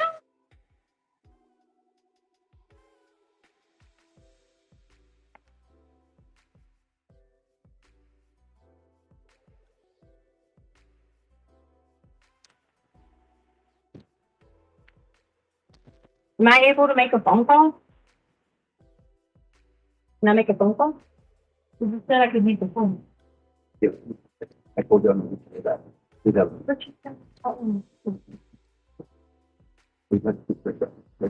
not asking you questions. I'm not allowed to make a phone call. I'm not asking you. I have a right to make Tisha, okay, so things have changed since I made that statement to you. What? Okay, and so that is at this point in time, I just want to know why. you're no longer. You're being- Please let me explain to Okay, you. I'm sorry.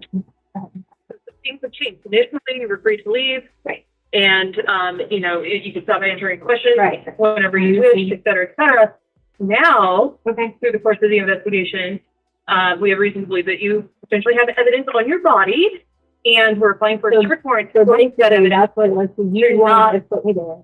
free to leave. Didn't want to be escorted to the basically. I'm not stupid. I'm very.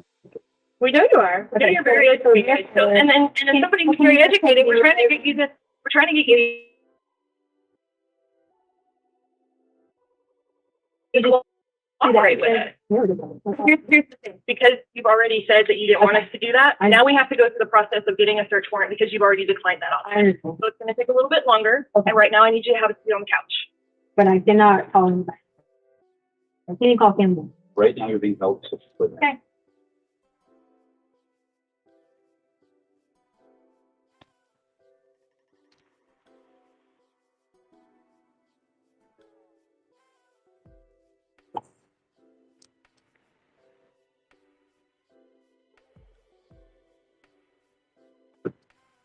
Can you do those questions then while we're the time, or you said something about you had questions?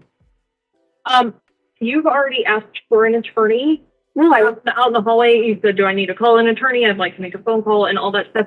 So here's the thing, I don't want to get into all of that. Any I'm other just questions?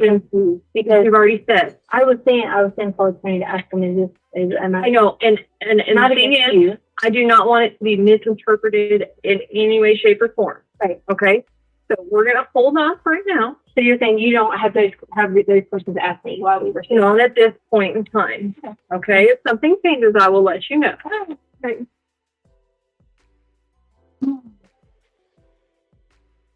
Is it place? All right. We'll take our evening break. If we can have all of you where you need to be on Friday morning, we should be able to start on time at that point. Again, don't discuss the case among yourself. Don't discuss the case with anyone else. And research about any aspect of this case. Enjoy tomorrow. See if you can get some sunshine. And then we'll see you on Friday morning, 9 o'clock. All right, for the jury. Wow, just wow. That went south so fast for her. She was so eagerly talking and just telling them everything.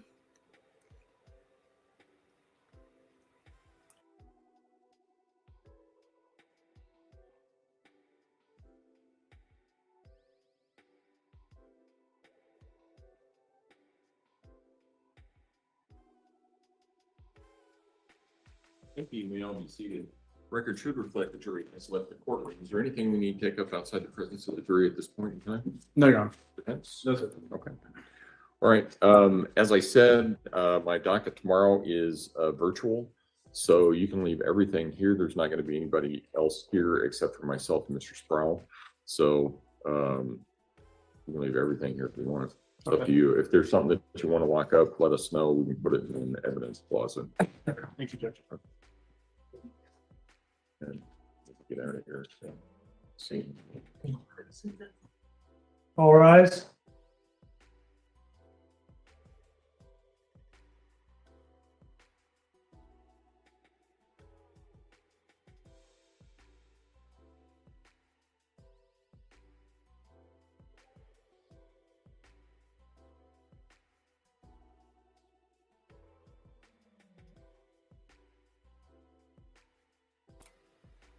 Dang. That got a little intense. She really got feisty and angry. That's it, you guys. Holy cow, what a day. There is no court tomorrow, but we will be back Friday morning. Court starts at 9 o'clock Mountain Standard Time, 10 o'clock Central, and 11 Eastern. So we will be back then. I want to leave you guys with this, but real quick, I want to let you guys know there is a car chase going on, and I absolutely love car chases. I'm going to start a new live with the car chase, but I do want to leave you guys with this. Real quick.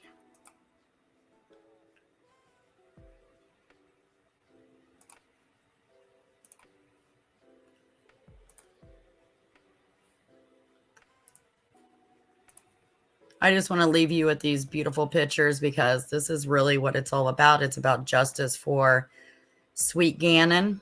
And these are just some pictures. Gannon with his dad and with his sister. Gannon with his mom. His mom getting a tattoo. And the community coming together. You guys have been amazing. Good job hanging in there with me. I appreciate it. I appreciate the laughs.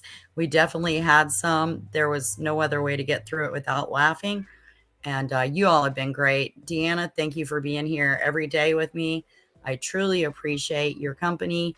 And for anybody else that's in here, Sam was here earlier. We appreciate Sam. And you guys, you just have a great day off tomorrow. Thank you so much. I'm going to start a new live with this police chase. Hopefully the live stream will come in good. Thank you so much, guys. Have a great evening, and I will see you back on Thursday.